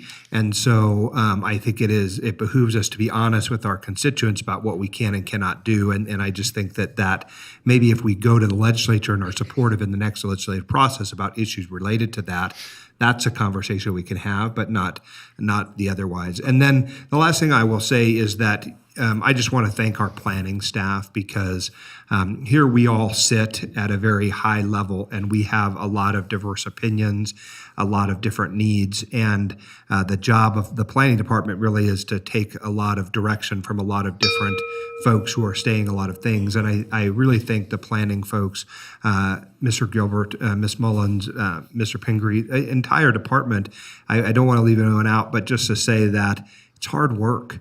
And you're doing the work, and you're working very long hours, and all of you want for a bright and better future for Reno. All of you are working in the same vein, and I don't think you get enough credit for the effort that you make. So I'll leave with mine being a positive focus on the commitment that our planners, our builders, our inspectors, our plan checkers, all of them are doing incredible work, and sometimes it's slow and tedious, but please know that we appreciate the work that you are doing, and we see the work that's being done. So thank you so much. All right, sending it to Councilwoman Dory. Yeah, thank you. I just want to clarify, when I said a laser focus on affordable, this is, to my knowledge, our first workshop on affordable, our second one, we had our first. I know you're right, because someone made the comment that we've been talking about this over and over and over again, and we haven't. So I No. just want to clarify, you're right. Yeah, I'm just saying, thank you. We are doing a workshop on affordable housing. We had the prelim a month ago or so, and it's our time to put our attention on this issue. And why do we care? We all care. We've made it our top priority. We have done things to enhance building, and building is happening. But the struggle has been, to Councilmember Reese's point earlier, we only have so much money for us to, move forward into affordable housing. So this is about what else can we do specifically to get more affordable housing built. So to that point, here I have a challenge in my ward.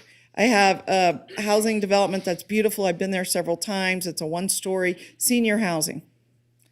Not specifically affordable, just a senior apartment complex that has been bought by a new owner that is evicting all 60 seniors. And I don't know where they're going. I've reached out to the apartment association. I've reached out to the legal services. I've got them on waiting lists. But to that point, here's seniors. They're all seniors. Where are they going?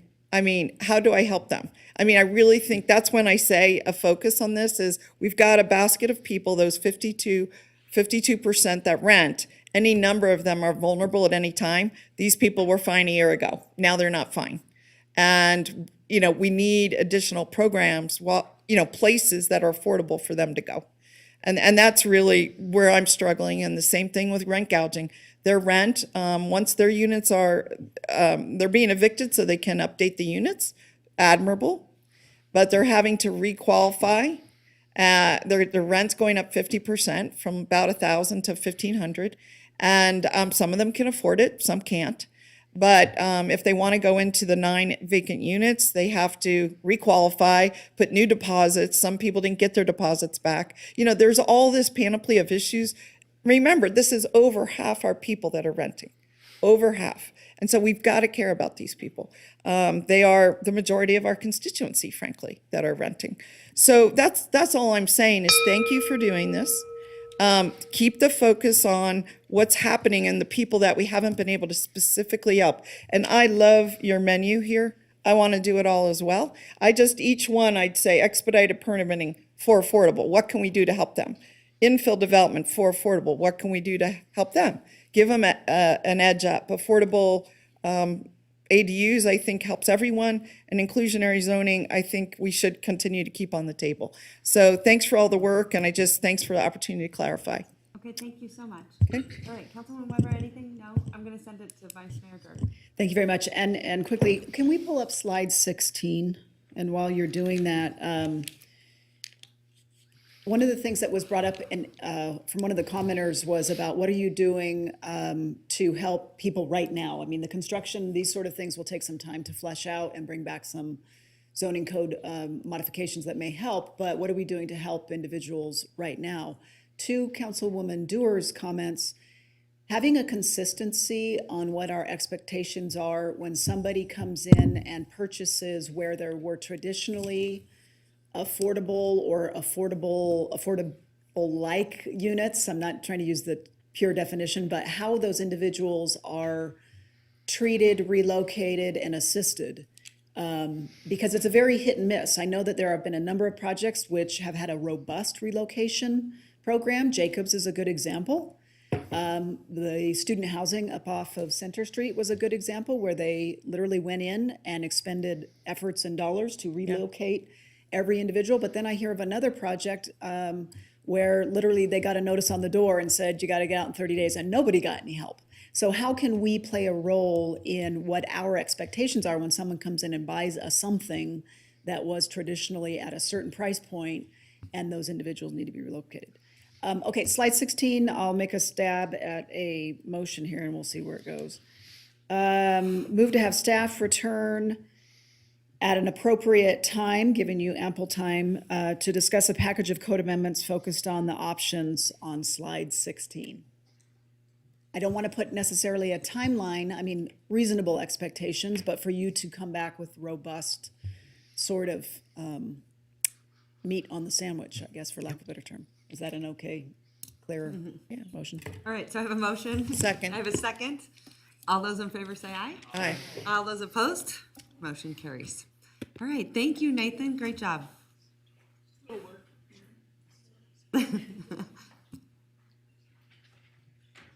All right, next up, I believe we have the one and only Monica Cochran. There you go. We got to go on to, what was it, Face the State together, and she did a great job. She did a great job. It was a group effort. Yeah. I didn't have to talk much. Okay. All right.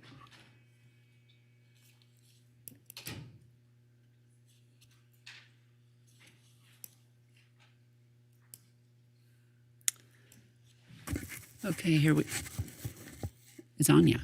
Oh, okay. Good afternoon, Madam Mayor, council members, City Manager Thornley, Monica Cochran for the record, Housing Neighborhood Development Manager. Today, I'm here to request approval of a grant agreement in the amount of $200,000 with the Rebuilding Together Northern Nevada for a neighborhood renewal program collaboration with the City of Reno. As you may remember, we operated a neighborhood renewal program that had the primary goals of maintaining safe homes and preserving affordable housing. The program was ran internally with a partnership with Habitat for Humanity and benefited households making 80% or less than area median. During that time, 12 homes were improved in wards 3, 4, and 5, and this slide shows 2 of the projects that were completed. The majority of needed repairs were paint, roofs, fences, and landscaping. In 2019, Council allocated an additional $200,000 towards this program, but unfortunately, Habitat for Humanity was no longer able to partner with us, and then we were on hold with the COVID-19 pandemic. Last year, Rebuilding Together Northern Nevada came forward offering a collaboration, and as you may remember, Katie Pace came and gave a presentation, I believe, last May. Rebuilding Together Northern Nevada's mission is repairing homes, revitalizing communities, and rebuilding lives. They accomplish this through public and private partnerships to assist some of the most vulnerable homeowners with home repairs and allow them to stay in their homes. As you can see from the chart in the slide, they serve a mix of single-family dwellings, mobile homes, manufactured homes, and condominiums. Additionally, the largest percentage of homeowners assisted through their program have lived in their homes for over 10 years, and many over 20 to 30 years. I love this picture. It's another happy customer. This recipient received some safety modifications, and as you can see from the list, they provide the same types of repairs I discussed earlier with the city's neighborhood renewal program. Any folks looking for assistance can apply directly on their website, and they're currently working on a Spanish brochure and application which will be available next month. That'll help our Spanish-speaking community also. This visual shows their sphere of influence, which at the core is to assist our low to moderate income families. Data from last year shows about 86% of the households they served with their program were low and extremely low. Were low and very low, and then 14% were extremely low. And these categories encompass those at or below 80% of area median. Another fun picture. A major program highlight is that this donation will help repair at least 22 homes. And as I said earlier, with our previous program, we were able to assist 12 folks. So them administering the program for the city makes it much more efficient, and we'll be able to repair more homes than we would if we were to run the program in-house.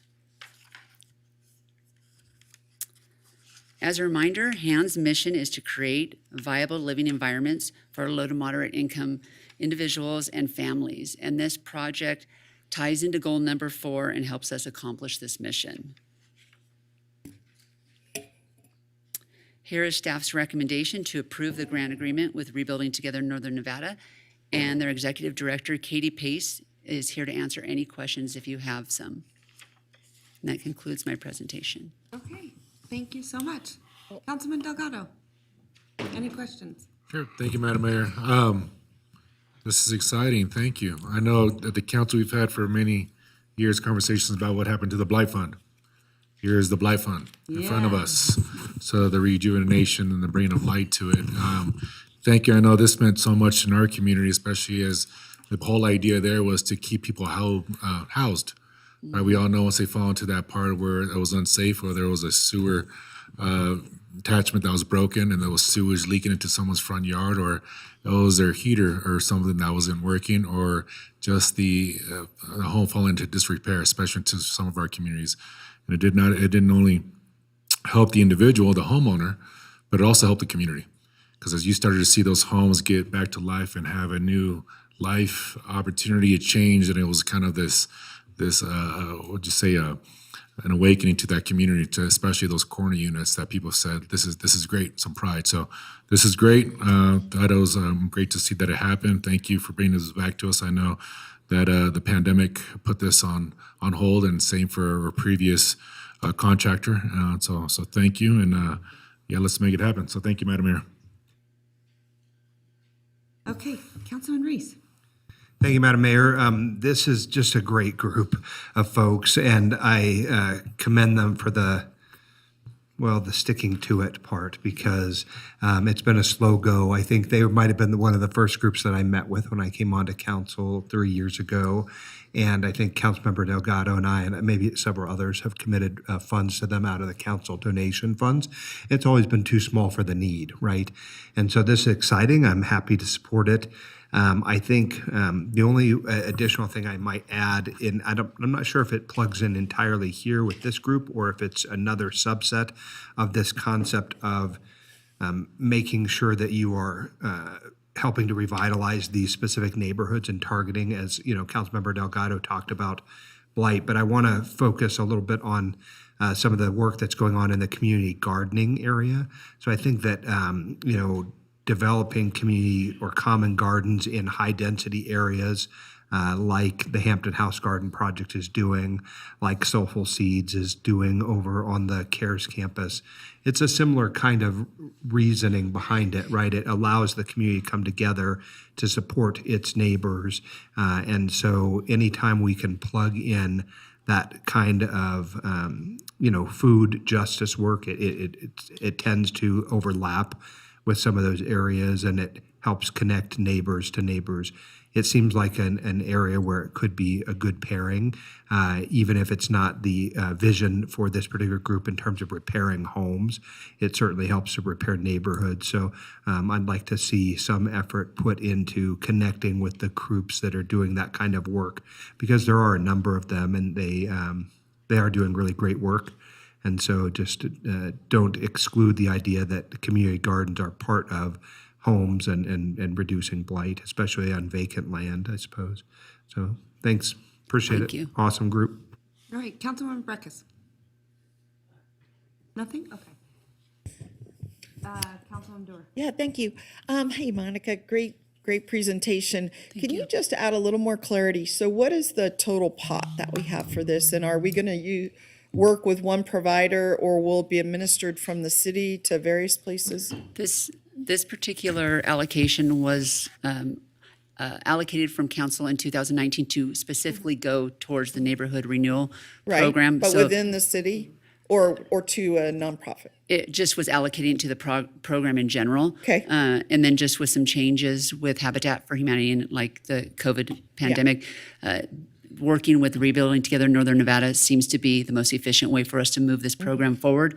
So we will be granting them the money. They will administer it in-house. Last time we administered the program within the city, we had to have a staff member for that also. But you just said administer in-house. So no, they're going to administer it in their house. In their house, okay. Not in our house. That's very good. Yeah, they're going to administer it in for their house. us and then report back to us. And then, but I've missed the dollar amount somehow. $200,000.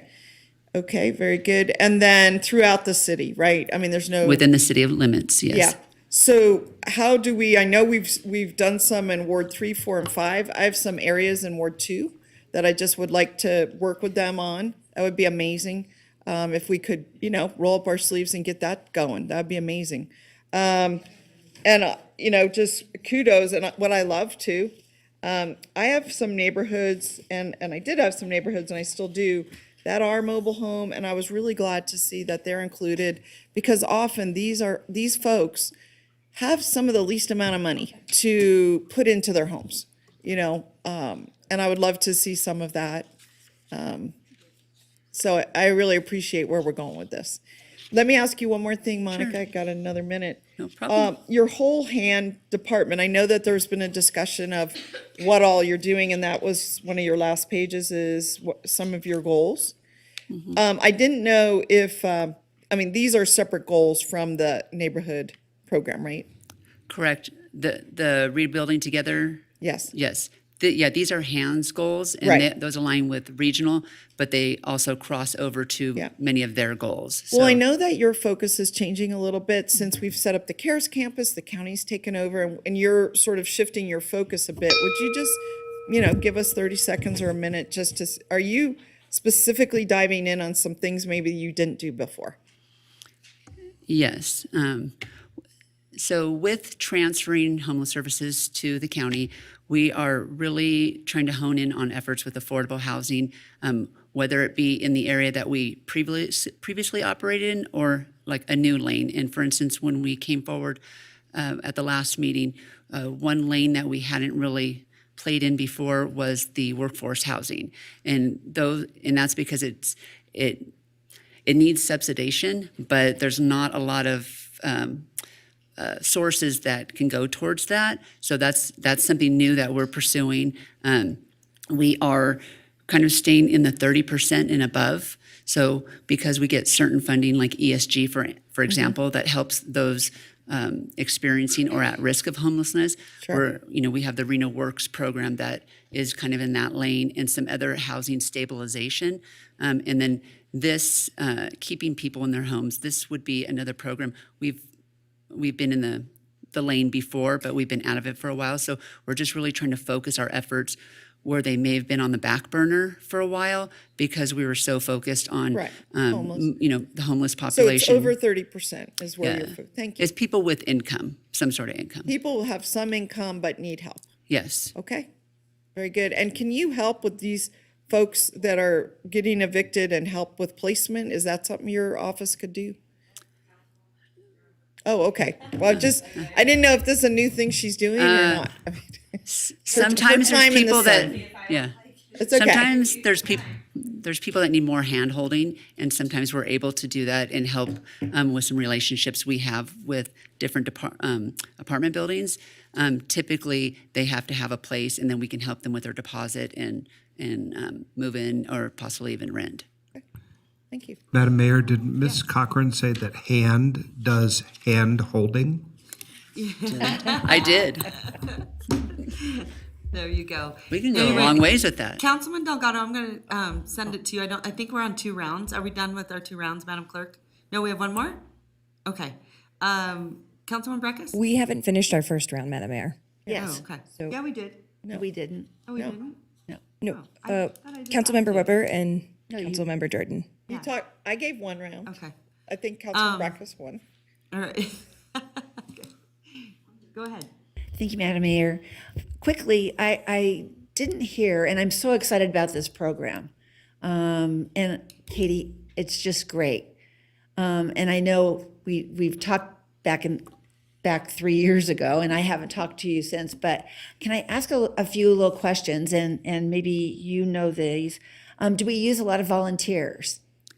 Yes, but I can bring Katie up here Okay, to thank you. explain their model a little I better. just can't remember. You're a lot taller than I am. I'm Katie Pace, for those that don't know me, and I'm now the executive director for Rebuilding Together. So we were working on a all-volunteer working board for 2 years, and last Monday was my first day. Oh, wow. And it was with the excitement of this kind of project that we thought it was necessary to have staff so we can bring the projects to life. So you asked about volunteers. Yes, we do have volunteers, and we also hire contracted labor for indoor work. And as a matter of fact, April 30th, we are having our rebuild day. So if you want to come out, we do have one Reno and one Sparks person that we're helping, and that will be all volunteers outside. That is so great. I just appreciate it. I remember back in the many years ago, the city of Reno used to have a program that one day they would go out and paint houses, do all this sort of thing. And it was always a great opportunity in the community for people to volunteer, help out, and help their neighbors. So, and it makes a difference to a lot of folks just having your house painted, having a little few repairs to be able to keep them in their home. It will be a good day on April 30th, and we'll be continuing with this with the other homeowners in this program. Great. Thank you so much. Thank you. Congratulations, too. Thank you. That's exciting. Thank you so much. Brand new. Brand new. That's awesome. And I am here with our board president, Linda Hastra. So thank you Hi, for Linda. How thank are you you? for having Well, us. good. So April 30th, what time? 8 to 1. 8 to 1. And I can get some addresses to your staff if anyone would like to Okay. stop by. So then, Linda, Saturday. you're not with the senior community, the AARP? Yeah. No? Yeah. Come on up. Tell us what you. She just became our board president when I had to step down. Okay, got it. Yeah, hi everybody, nice to see you. I have actually made a few changes. I now work with something called Unite Us, Unite Nevada, and we connect health and social care. We're a closed loop coordinated care referral system. And I continue to serve on volunteer boards. I have the pleasure of working with Katie and the other board for Rebuilding Together Northern Nevada, and still work really closely with Opportunity Alliance Nevada as well. Okay. Yeah. Great. That's awesome. Okay, well, you girls are always moving and shaking. I know that. So thank you so much. I love it. Thank you. Thank you That's so great. much So for let us know. And then Reno, where is that at again? April 30th? The address? Yeah. I don't know the address. Okay. I know where it is. Okay. It's down south off Okay. of Geiger Grade in one of the mobile home parks. Okay. Send it to us. Yes, I will. Okay. Perfect. All right. Thank you. Congratulations. Thank you. Good Thank to you, see you, Cindy. Linda. Yeah, good Does to that see mean you. you moved back to Reno or you're still in Las Vegas? I'm in Reno now. Wow. Gladly back to Reno. Okay, Yes. see? Not that there's I love anything it. wrong with Vegas. I love it. I love it. See, I knew you'd miss us too much. Yeah, I did. I missed you guys. Thanks, All you right. guys. Thank you. Good seeing you. Thank you so much. Thank you. Okay, Councilwoman Breckus. I think it's great. I'm looking forward to, having another nonprofit step up to do work within the city, on city properties and neighborhoods. And too bad, Habitat for Humanity didn't have the capacity because they've been a good partner over the years. But there was volatile times, and hopefully they'll be up again and running. On the workforce housing for employers, I believe there's precedent for that. I have always heard that when the pepper mill expanded decades ago, that it was the regional planning agency at that time did permitting, that they were required to build workforce housing at the same time.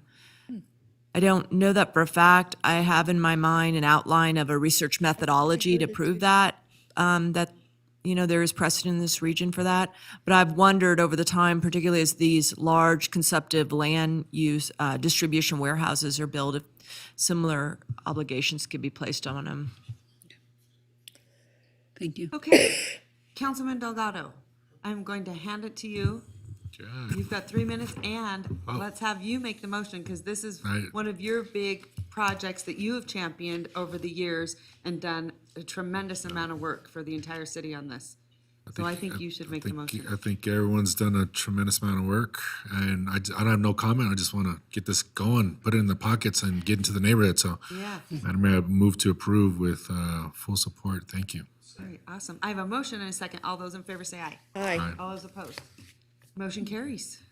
Thank you All for right, your time. Good job. Good job, Monica. Yay. All right. Madam Clerk, sending it back to you. Thank you, Madam Mayor. At this time, we have, the next item is general public comment, and at this time, we have received no written correspondence on this item. Okay, thank you so much. And additionally, we have no live public comment either. Okay. All right, thank you so much. That being said, is there anything else? Motion to adjourn? I have a motion and a second. All those in favor say aye. Aye. All those opposed, motion carries. Good job, and have a nice day, everyone. Yeah.